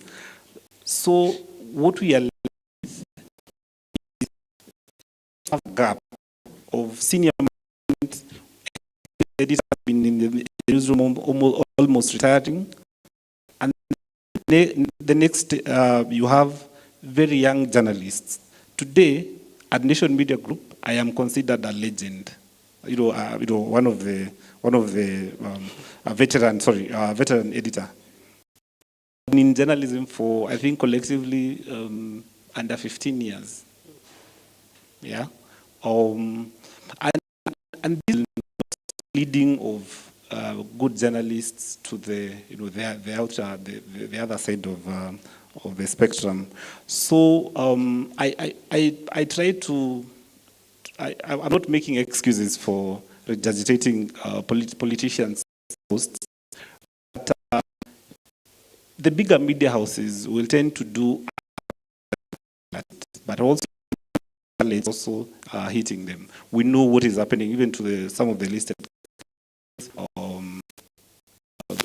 media houses. So you can imagine a startup that it's just one-man show. Can you imagine the resources they have? The government, that's a story. That is, I think that was the original scene, but also the lack of innovation from the newsrooms, the newsroom managers has also hit us because of this digital disruption. So yes, I know we are just conveyor belts. Most of the times we are just repurposing what DCI has tweeted, those threads, those interesting threads. You see somebody just their byline, and it's a big fight. You have to them. Can you go this family? Give me a photo. What did DCI not include in this post? Please go and add value to this story. Even politicians, somebody tweets. A CS tweets, and then the opposition tweets, and that's a complete story. It is happening. It should not be happening, but it's a question of capacity. And like Njeri has said, I think media needs more support. The way the landscape is, we can no longer earn enough money from advertising. And then reader revenue, we have tried, we are doing, paywalls. Almost every media house now has a paywall, but we know reader revenue in this part of the world is not coming in as fast as possible. I think William Pike of Radio Africa said that his dream would have been to earn $1 a year from every visitor to the Star website. Just $1. Yeah, that would be perhaps, I don't know how many visitors they get, probably 30 million. Imagine getting just $1. That would be $30 million. You can imagine what that would do to journalism. But it's not happening. It's not happening, and we don't know. We can't predict or even tell when there will be a turnaround where the readers are willing to pay us enough money for us now to invest in good journalism. Thank you. Thank you. Before we go to Asha, how many people are buying newspapers today? How many people are subscribing to newspapers here in this room? 1, 2, 3. To support the industry. Just a handful, isn't it? So where are you reading your news from? The others? Or you're reading the digital cards from Tuko? Where are you reading your news from? If you're not buying newspapers, you're working in the civil side, working in the media, and you're not supporting the industry, how do you expect to be paid? Victor amesema.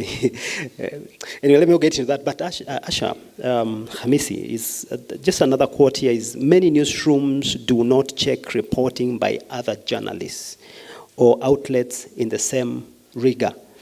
Also, no training on forensic analysis. So 2 points. Journalists are not fact-checking journalists. Remember what happened to the president when he went to the US towards the election, when he was a candidate? As because we had a journalist from Royal Media who had become Hussein. We trusted him. We trusted that he can give us factual information, and we reported that the president current was in White House while he was not in White House. He was in a building adjacent to White House. What has challenged? Why is it that we cannot fact check other journalists? Why do we believe and trust them so much? And what is KBC's experience in this? Yeah, thank you so much. I think the main problem for us as KBC, maybe part of it could be funding. Like you understand, the KBC Act requires us to be a public broadcaster, but at the same time, we are supposed to be financially reliant. So it's becoming a challenge when you don't have funds to maybe employ your own reporters. Maybe like, for instance, the war in Gaza, KBC was well. We would be having reporters in Gaza right now, reporting them from, but now we on BBC and other Western media who may be in their reporting, because people have been saying it looks like it is from the Israeli side. Yeah? It's reporting more on the Israeli side. We don't have balanced reports from the war. If we were well funded, we would have people on the ground to actually ensure that we do balanced stories. Yeah, and then the issue of fact checking also, it's most of I would say we don't have enough journalists to fact check. We tend to keep up with the daily happenings. So if we had more funding, then we would have beat reporters to just focus on fact checking. Maybe we do like follow-up reports on fact checking. Then that would help in disinformation. And then there's also that challenge now of disinformation from credible news sources, like what happened with the spokesperson of police recently in the Baringo incident. Yeah, the county police, this siege, police spokesperson refuse to get the news. Who is the credible source? So that is also a big challenge. Yeah. Would you trust if the trustable someone who is availing? But when it comes to training, stay there, because there are so many institutions that are doing training in the academy. Mr. Janak here is also conducts training, Africa Check, Media Council, all that. Is it helping, having so many of us doing the same? I may come to Kisumu and do a training on fact-checking. A few months down the line, KCA will come. A few months down the line, Valley Academy, a few months down the line, Amwik or someone else with a few funding here and there. You know, the scattered funding, is it really helping? I don't think it's helping a lot, because apart from training, there's need now to actually perform the duty itself. But you see, we are so busy keeping up with the daily reports. Yeah. So we don't even give our journalists the opportunity to fact check. Yeah, that's why I was saying maybe we need to have special beat reporters to actually focus on fact-checked reports, like follow-up reports to cure that. I will expect some also feedback from Shun on this one, development funding and how the impact of that in capacity building journalism and media houses in Kenya. But I want to talk to Kevin Mabonga. And basically on the issue of access to information and what Katiba Institute is doing, journalists, have we realized the law as it is on access to information, the Act? Do we have, are journalists accessing the right information so that they can be able to report and verify properly, or are there challenges, and what are these challenges, and what can be done to these challenges? Because I think we have been talking about these challenges like forever. Maybe probably we need to whip someone ama tuingie maandamano. So kindly. Thank you so much, Leo, and thank you, colleagues from Media Council, for organizing this. Now, I'll respond to your question, then just give some 2 points about what CSOs can do in terms of combating disinformation. So, Katiba Institute is big on access to information. We have a number of projects, more than 4, that focuses on access to information. And we believe that access to information is one of the pro-democratic policies that ensures protection and advancement of information integrity. And so I would say that in our few engagements, of course, we've been partnering with the Council and at times KCA with engaging journalists on access to information. I would say that a good number of journalists do not understand fully the law, but leave alone understanding the law, but now the practicing of the law. I think, and many of them who are here would agree with me that we are used to the traditional methods or previous methods of getting information, that once you call and now you say you can't get information, or once relations with someone who's supposed to give you information are strained, then it becomes a challenge for you to access information.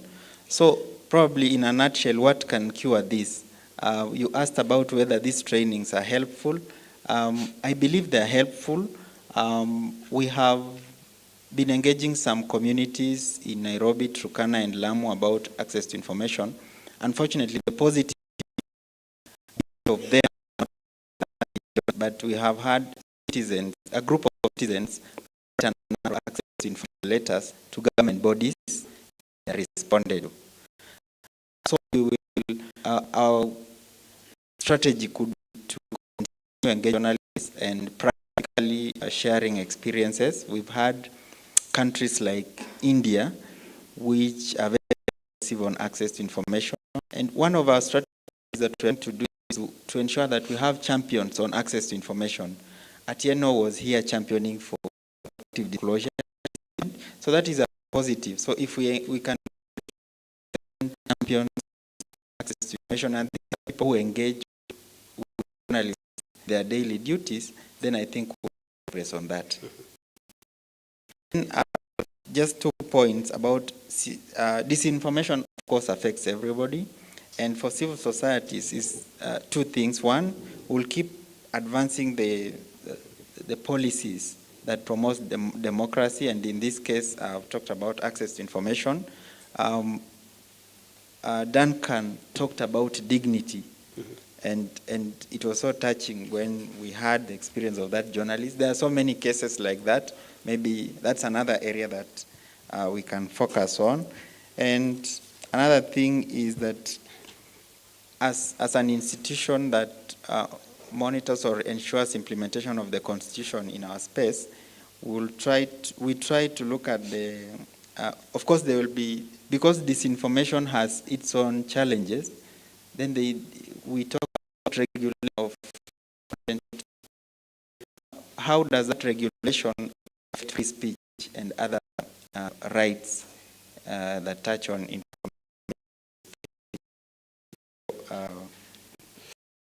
Those are the 2 Thank you. points. Thank you. On the issue, I know you and I you're saying that lies for disinformation is facts. Facts. But there are those challenges that are being highlighted by people who work in the newsrooms, that even their colleagues, the people they work with, the people who are supposed to churn out the primary data, the basic research, have challenges in the face of this and that is coming out are issues of risk and the ability, maybe also the economic challenge, the inflations and all that media houses like Royal Media are unable to support trade. What's your take on that? I think because you have managed and we'll take only on some of the issues and so Shundu, and then anyone with the two people, a lady and a gentleman, and then we are done. Thank you. Okay, thank you very much. All the people who have spoken have raised issues about capacity, they have raised issues about time, they have raised issues, and resources and time that we can deal with. There is through aggressive funding, through multiple training, through different avenues. The thing that is difficult is intellectual humility for journalists to sit down and accept that this is what I know, this is what I do not know, and this is what I ought to know. Sometimes, and it's an experience I was in that space, where you know everything, and an expert is speaking to you, instead of listening, you want to argue with the expert. What we have learned is that facts, when it comes to facts, you're not trying to impress anyone. Facts, if you have the patience to use the tools available to you, including this useful tool, the access to information, and we work together. The next thing I would want to mention, and it's a concern, where a lot of people come to us and say, okay, we are doing training on misinformation and disinformation. We would like you guys to come. You requests from 10 different organizations in the journalism field want Africa Check to come and do training. And that is how we approach associations. So we would come to the Media Council and look, you are the regulators, you have access and connections to everyone. Together training, and the money, we will come and do it. Then we go to Janak, if wants training for KCA, we will sit down, we will say, this is what we're trying to do. The volume of trainings is not a problem. The more people we train, because usually you find a training for 30 journalists, because we become article, we show people to use it. So that's why we use small numbers. We have what? 8,000, 10,000 journalists accredited by the Media Council. Now, reaching that number, if 30, it's not sufficient. At Africa Check, we do training, but we also have to do the work. Like, do not results, but very few in us, and so much we talk about it. At some point, we need to actually do. So volume is not a problem, but the answer is in collaboration. So it's MCK and Katiba, KCA, UJ, all the media houses. We've worked, like all the media houses represented here. One way or another, we've worked with the Digital Publishers Association, we've worked with the Nation Media Group, we've worked with Citizen, especially during elections. We've worked with KBC appearing there, talking about all this stuff. So it's about collaboration. We have to put the footprint out there. And yeah, we've even worked with KICOMNet, the Kenya Community Radio Network, and we keep on, like finding all these spaces where we can amplify that disinformation can be fought, but you're not going to fight it without facts. And you need to know where to get the facts, how to verify them before you start. Thank you, Ilio. And getting the facts is about investing. It's a business. So let me ask, any question? Do you have any contribution? Eric, kindly. The yellow. Is there yellow or orange? The yellow mic. Something like, looks like yellow. The gentleman there, just the first one. Anyone else? A lady? We close. So that's it, and then we'll have Janak, and then we are done. We come back here. I know people are ready and reeling for that lunch. So kindly, please, proceed. Thank you. I'm from Kenya Institute of Mass Communication.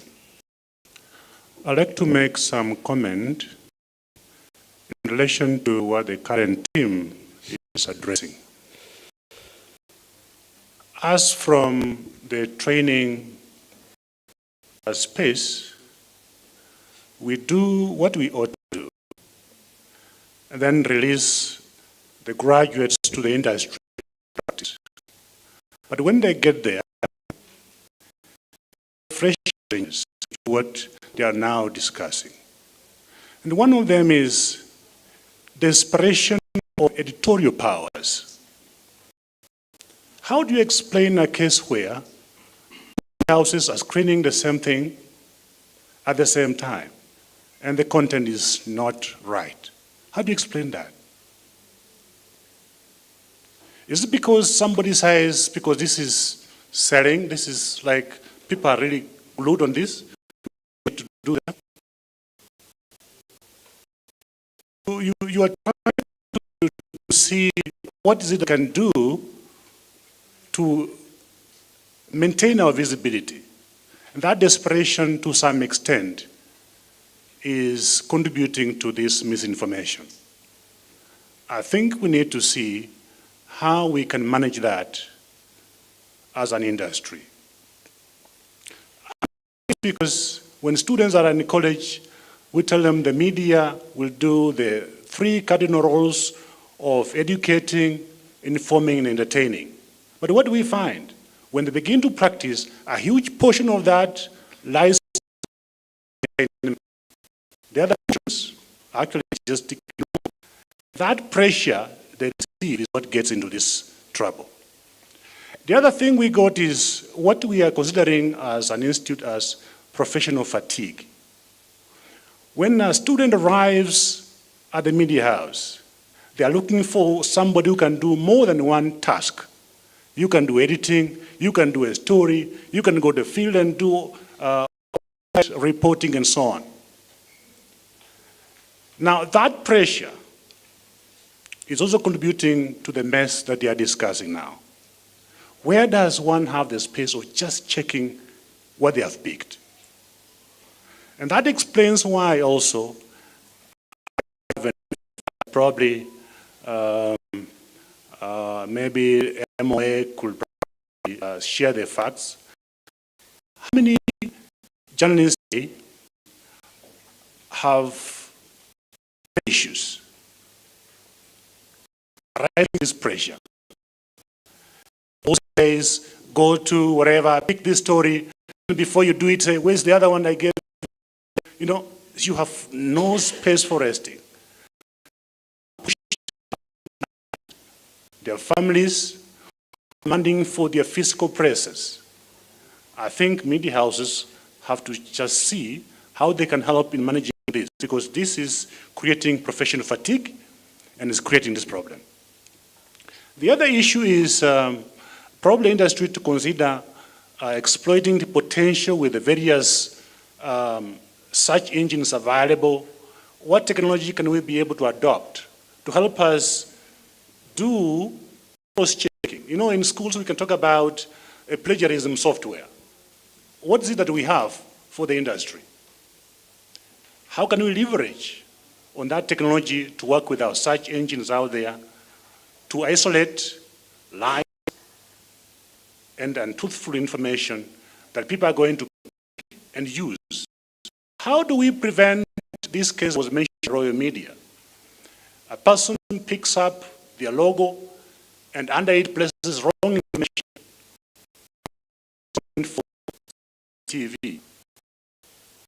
How can technology to stop this madness from happening, using a bad image on a media enterprise? I think these are the issues, because I correctly agree with Alphonse here that trainings are out there. Actually, we need to see how we can help those who train to take advantage of this training. It's not just about numbers, but I want to persuade the industry to leverage on technology to stop complaining about lack of capacity. Because capacity can be managed. If you have technology, you can have 2-3 people, and you can fix this. The industry to see how they can leverage on this. Thank you. Thank you. Thank you for those wonderful comments. Final comment, Mr. Janak. He's sitting just next to you. You don't know Mr. Janak? Mr. Olo Janak. Hey, Eric. You need to know people, boy. Yeah, thanks.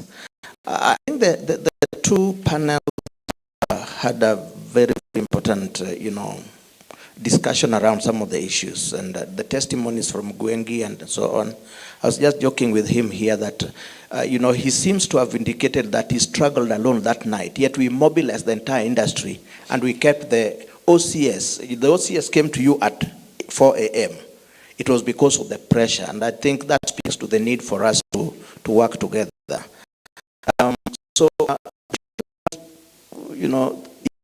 Impunity. I think it has already been indicated that there are shifts in terms of who is now attacking journalists and so on. We have done studies ourselves at KCA, attacks at the county level, than more at the national level. Of course, there have been changes a bit over the, where the new administration came on board. But I think all these can be tackled collectively. I think I would like to make a case for the journalists to get involved very deeply, because journalists across board are very casual about their own issues. You think that the industry can run on autopilot. It won't. If you don't get involved from your own perspective, you see, I know of journalists who have a lot of media platforms. What do you discuss on the WhatsApp platforms? Are professional issues. Wake up and find 300, 400, 500 comments, and they are not related to professional issues. For example, here we are talking about impunity. From the last, many journalists even knew day, in terms of what we are talking about. So I want to urge our colleagues within the media sector, the journalists, including the one, this is your industry. Engage with it. Get bothered about what is going on. The policies, understand regulations, and I think it has been indicated, the CSO Walo has set up a task force. I'm chatting with a member of the task force. Views, I think it has been indicated, has said, even journalists need to bring views. How many of us in the counties want to interact with some of the processes that are there in Nairobi, even when we send out communication? So on the issue of dealing with impunity, I want to ask journalists that it will be the associations, it won't be the media organizations in Nairobi. It must start from, for example, if we are going to deal with data in terms of who is attacked or case of Kenya News Agency, colleague who told us, unless we get that information, then nothing can happen. Yesterday, I was across with the deputy governor here at Grand Royal, received case in Gaza, the house was petrol bomb. Now immediately the first thing we did was to circulate it to all the major media platforms, and I've handed over the cases even to the Defenders Coalition. It depends on information. Let us generate information from where we are and underscore the need for at the national level to have a lot more discussion.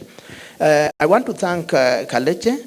I think the media owners are getting more engaged in the industry than has been there previously, and I did indicate that to you.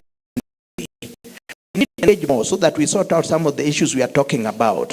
And I did suggest in Nyeri that the Media Owners Association needs to expand, because the media owners are not just in Nairobi. Some of the media owners are here. So how do we discuss the issues around some of the emerging media unless you bring them so that we say, what are the problems of the solutions? Now, finally, I think the issue of disinformation, Alphonse Shundu has been on this and many other colleagues. I think for us to journalists themselves are involved in purveying misinformation and disinformation. I think we need to plead with one another that that is not an area that we should get to. Because if we get into that area, we'll damage journalism. We will damage journalism. Now, in terms of responses to cases of impunity, I want to make an announcement, and we have been working with all the other sector members, Media Council, and for the last 1 year, we have been working with the in terms of I want to make an announcement. Secretary of the South African Journalism. At the continental level, we are working with UNESCO and also Pan-African Lawyers Union. We have just initiated a process of creating a media network, and that will also involve our colleagues who are, lawyers here. The cases across Africa and say, can we prosecute some of them? The cases of impunity. We need to work to. Thank you, Janak. No, I'm sorry, but I said only comments. So we are going to have to give them, maybe the lady here from the ODPP and then does it, and then we will give each one of you 1 minute to give us your final.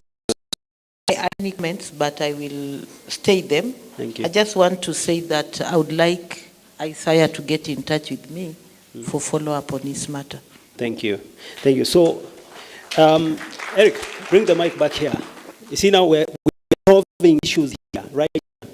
And now, Julia, kindly, your final statements have been said by your panelists and the feedback that, we must allow some people to speak because they give us feedback, they give us serious wisdom and constructive feedback for that matter. So please, just 1 minute each, give us your closing points. What do we need to do? Challenges have been mentioned.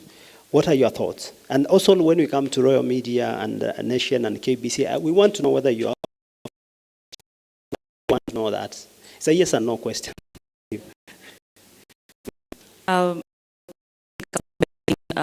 Responding to one of your questions, at Tukoya we do have a fact-checking desk. My final remarks after what everyone has said here and the previous panel, we do when it comes to misinformation and disinformation, and also what everyone has said about ending impunity on journalism.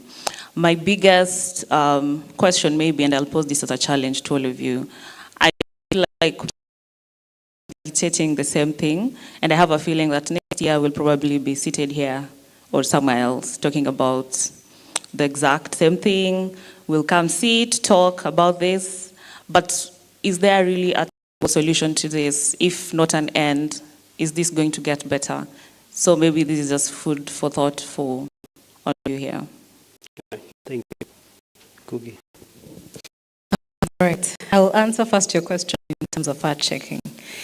As Royal Media Services, we do have a small little desk for fact-checking. It's not very active, but it's on a need basis. And this was established because of trading sessions and partnerships with Africa Check, Pesa Check, Code for Africa. So it's something that we are definitely building upon. And I do hope, or rather I'll be one of the people to forge that particular desk forward going forward. Thank you. In regards to our conversation here today, I will just say this.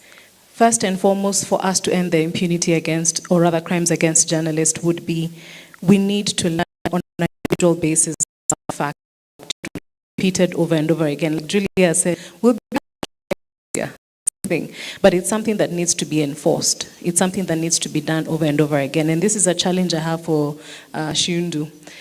You can come and train us, but do you follow up? You will take a journalist through the process, but do you follow up? Do you see their stories? So my challenge to you is, once you have an impact on 1 or 2 journalists in a media house, imagine you have impacted the entire media house. And that way it creates a ripple effect. So as we're talking about fact-checking, let's follow up, all right? The other thing would be, when it comes to disinformation, if there's any information that comes that we are very sure about it, we need responses to it and investigative responses to it for that matter. We just don't let it slide. Let's not have the name that, because it ends up diluting our role as media. Because if we just allow this to take place without coming back and giving now for being in regards to that decision, then we will as media. And it's about media literacy, and it starts from our schools. It needs to be in the list to the was the fact that like children rather have sort of culture shock about their work. The industry is easy. And being a runner does not mean 9 to 5. Being in the security agency does not mean you're 9 to 5. And fortunately or unfortunately for media, we are not a 9 to 5. Information flows all the time, isn't it? So it's about something I had mentioned before, for have media literacy. And it does not end from school that the student comes to the media industry. It's something that continues on and on. We all elevate. Each one of us at one point was a reporter. You move to being an editor. You move to being a media owner. It is a have some form of literacy. So forward when it comes to this information and the protection of journalists, we need to keep on ourselves as we had spoken about the digital dispensation, where we are evolving into something. It's moving away from traditional media, learning, protecting one another, and it all take ownership. Whatever we play, from to me, let's take ownership. Let's protect one another. Thank you. Free. Thank you. To be brief, fact checking. Yes, we do have a desk dedicated to fact checking. Remember when DCI posted those images of Mandamano, and Taifa and NTV, we did a really a good fact check. We encourage all journalists to be fact checkers at a personal level, so that you're able to do it's technical. Then we the fact check desk. But remember, scholars will tell you that there's too much information in the world, but most people are less informed. There's too much information, but people are less informed. Because you're getting bombarded by all this information, you don't know what to pick. You just pick, all this noise, and then you end up not being informed. Big tech companies like Facebook, Twitter, and Google are failing in some aspect, where somebody can today, until the other day, NYT, somebody paid for the blue tick. And it was just a clown out there, and they were sending out tweets or X's looking like they're coming from NYT. So there's a big war there that we at our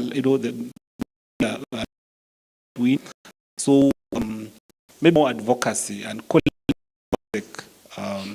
the big boys sure that down on the surveillance of fake news on their platforms.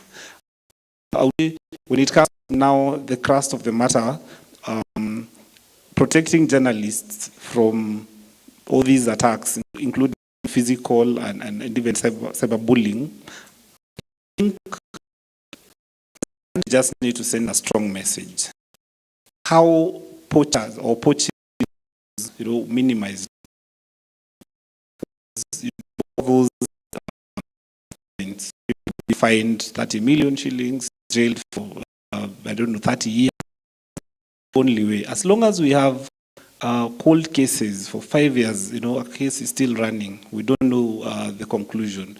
I can't remember anybody who has been punished by the criminal justice system for attacking a journalist. Once we have a specimen that somebody is in committee serving 5 years for assaulting a journalist, then I think we can help. Thank you. Thank you. Asha. Yes, unfortunately, we don't have a fact check. The mother and the mother. Baba na mama. We are working on it. Wow. Yes. All right. Anyway, we'll talk after this. Yeah. So my contribution to advocate for more collaboration players and maybe law enforcement officers. I think that the big challenge in terms of I think if we build that trust in such a way that the law enforcement agencies don't see journalists as enemies, I think that would be a step forward in addressing this issue. Yeah, and for issues to do with disinformation, I think maybe for me, I would take it on the international level. Maybe we need to have platforms where we can share our own stories as Africans, maybe not to fall trap of the likes of maybe some disinformation which may come from international media like BBC and the rest. Like right now at KBC, we are working on an MOU with the other national broadcasters within the IGAD region to a platform where we share our own stories for, stories from the region. Maybe that would help in dealing with disinformation on the international level. Thank you. Thank you, Kevin. And as you do those remarks, your boss spoke about a guidebook that's being launched, I think on regulatory sources or something like that. Maybe you can also give us more where. Okay. Thank you, Leo. I would just say, just like most speakers have said, let's begin, as Janak said, it will be fatal if we are fighting disinformation and the first culprit is us who are journalists. So maybe I'll just suggest two ways that can be used. The best method to fight disinformation is to counter it by providing facts. And we have a gap in research, of course, generally in this country and in our space. So maybe we can leverage on that. Katiba Institute has some strong unit on research, but not necessarily on all areas. Then, as I mentioned earlier, that we take access to information very seriously. An average of requests in a week in our organization, we have at least 2 requests in a week. So those are how many in a month? Yeah, so we have quite a number of information, and maybe a journalist, if you can't access information in one way or another, or you are afraid to request on your behalf, maybe you can reach us. Then this forum has also provided an opportunity for network to build our network. Maybe our leadership represented by Christine here, we can engage ODPP more. Homa Bay County and Kisumu County and other stakeholders. So as Christian mentioned and as Leo has alluded, we have a meeting, validation of the handbook that she was talking about, and Patricia also talked about, of these policies and the suggestions to that. I think it's critical for industry players. So those who are in Nairobi or organizations that are based in Nairobi can be represented. It will be on 10th. We will confirm the venue. Maybe we will work with the council so that we can reach out to some of the participants who are here. Thank you so much. All right, Shondo. Yes, I will be a faithful man. Now, I will tell you one thing. Fact-checking is boring. And it's boring because it's a lot of work. It requires patience. It requires you to know how to use the tools. Now, not very many people. So we train a lot of people, very few people practice.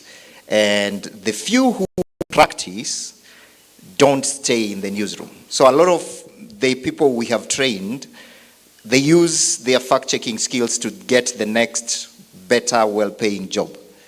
And they leave. We've seen most of them, I'll not mention names, but most of them are using this as a skill to go and bargain and get better, well-paying jobs.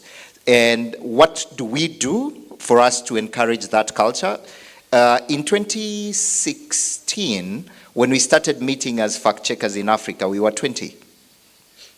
This year, when we met, we were 220. So fact-checking is growing, and we run, as Africa Check, something we call the Africa Fact-Checking Awards. So how does it work? We have classes. We have journalists, professional journalists, we have professional fact checkers, and then we have students. The prize money is decent, so we give about $3,000 for the best fact-checking dollar, so you can do the math. But the fact-checking, it has to be the best in the continent. And it's for the winner and the runners-up. And it happens every year. So that is one of the things that we do to encourage a culture of fact-checking. So when we train, there are entries that come from Kenya. This year it's a Kenyan who won, works for the AFP, I think, AFP fact-check. So you can do fact-checking as a journalist, and we encourage that. So that's our little way of following up.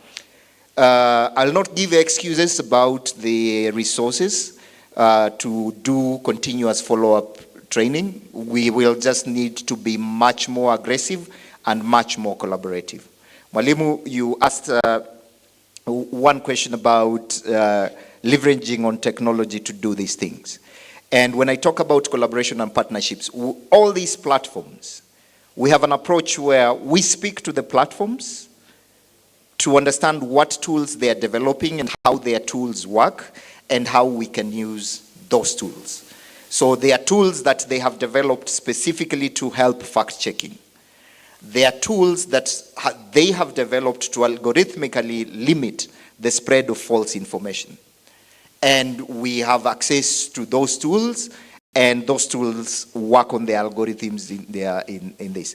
This does not mean that we stop the advocacy, we stop the finger pointing, we stop holding them to account. That also happens, and this is where we need journalists.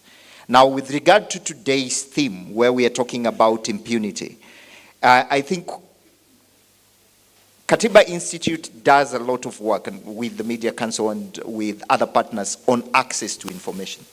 We cannot have a reasonable way to fight false information without access to facts. And so access to information is very important, facts very important, skills very important, and finally, that little thing we call courage. We need a little of that to make this work. It's not everyone is wired that way, but given Gwengi's story, we must have a way of staying alive even as we pursue the facts and fight false information. Thank you. Thank you. Can we give them a clap? A big one, please. I know we are hungry, but thank you so much for the opportunity to moderate you. I think I've done my part, and you know, may now take the opportunity to walk off stage at your own leisure and pleasure. Someone can take photos as they do that. So, I mean, what is coming out clearly is that bado mapambano, sio? Wanahabari musilale. Isn't it? Bado mapambano, sio? In many things, even including on knowledge gaps. It's mapambano because, and what Shundu is challenging us on, the humility for even a journalist to accept that they cannot know everything. Bado mapambano. So finally, we have come to the end of what is called the International Day to End Impunity for Crimes Against Journalists, organized at Ciala, convened by the Media Council of Kenya. And I'm inviting my colleague, Maureen Moody, to come and give a vote of thanks. She flew all the way from Mombasa. She's our regional coordinator for the region of Mombasa, and we are trying to make sure that she didn't waste our money coming all this way. So kindly, Maureen, please take it up. Kindly clap for Leo. He's done a very, very good job. And I'll make sure that I earn my being here by giving the vote of thanks. Please clap for all the panelists that have been here.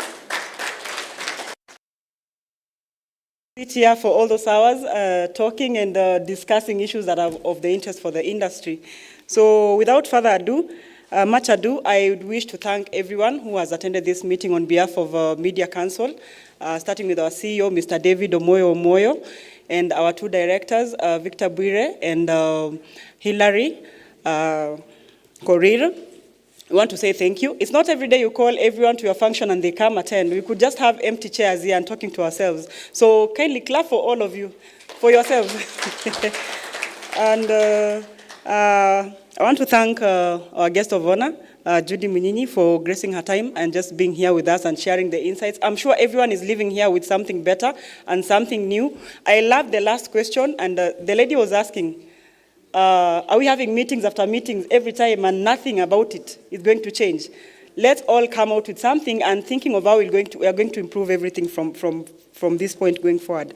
The Deputy Governor, Kisumu County, we also want to appreciate you for your time and the efforts that you took and welcoming us here.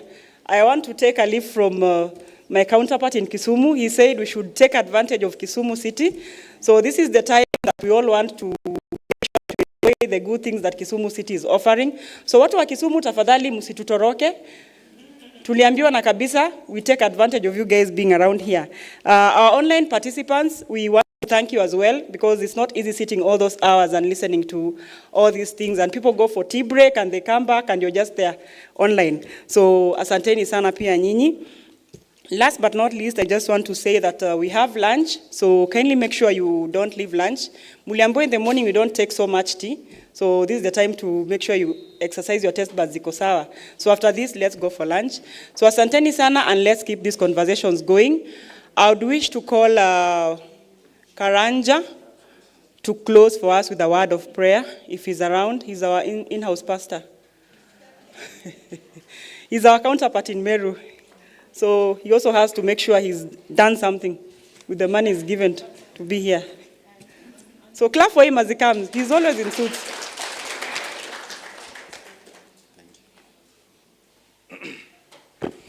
Thank you, Maureen. In the spirit of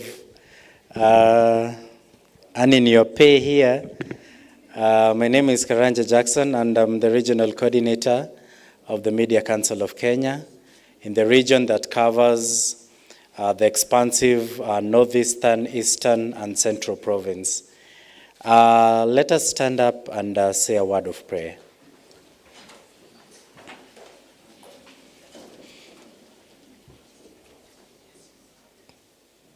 So Lord, we are thankful for another opportunity that we've gathered here today to deliberate on matters related to the media. We have exchanged ideas, we have shared knowledge, we have learned from each other. We ask you, Lord, as we depart here, may the insights that we have discussed help us in growing and nurturing the media profession. Ahead of us is a meal. We ask you, Father, to bless it. For those that will be departing on different travels within and out of the county, Father, we ask you to bless us and protect us in our journeys. For this we ask in your name. Amen. And now may the grace of our Lord Jesus Christ,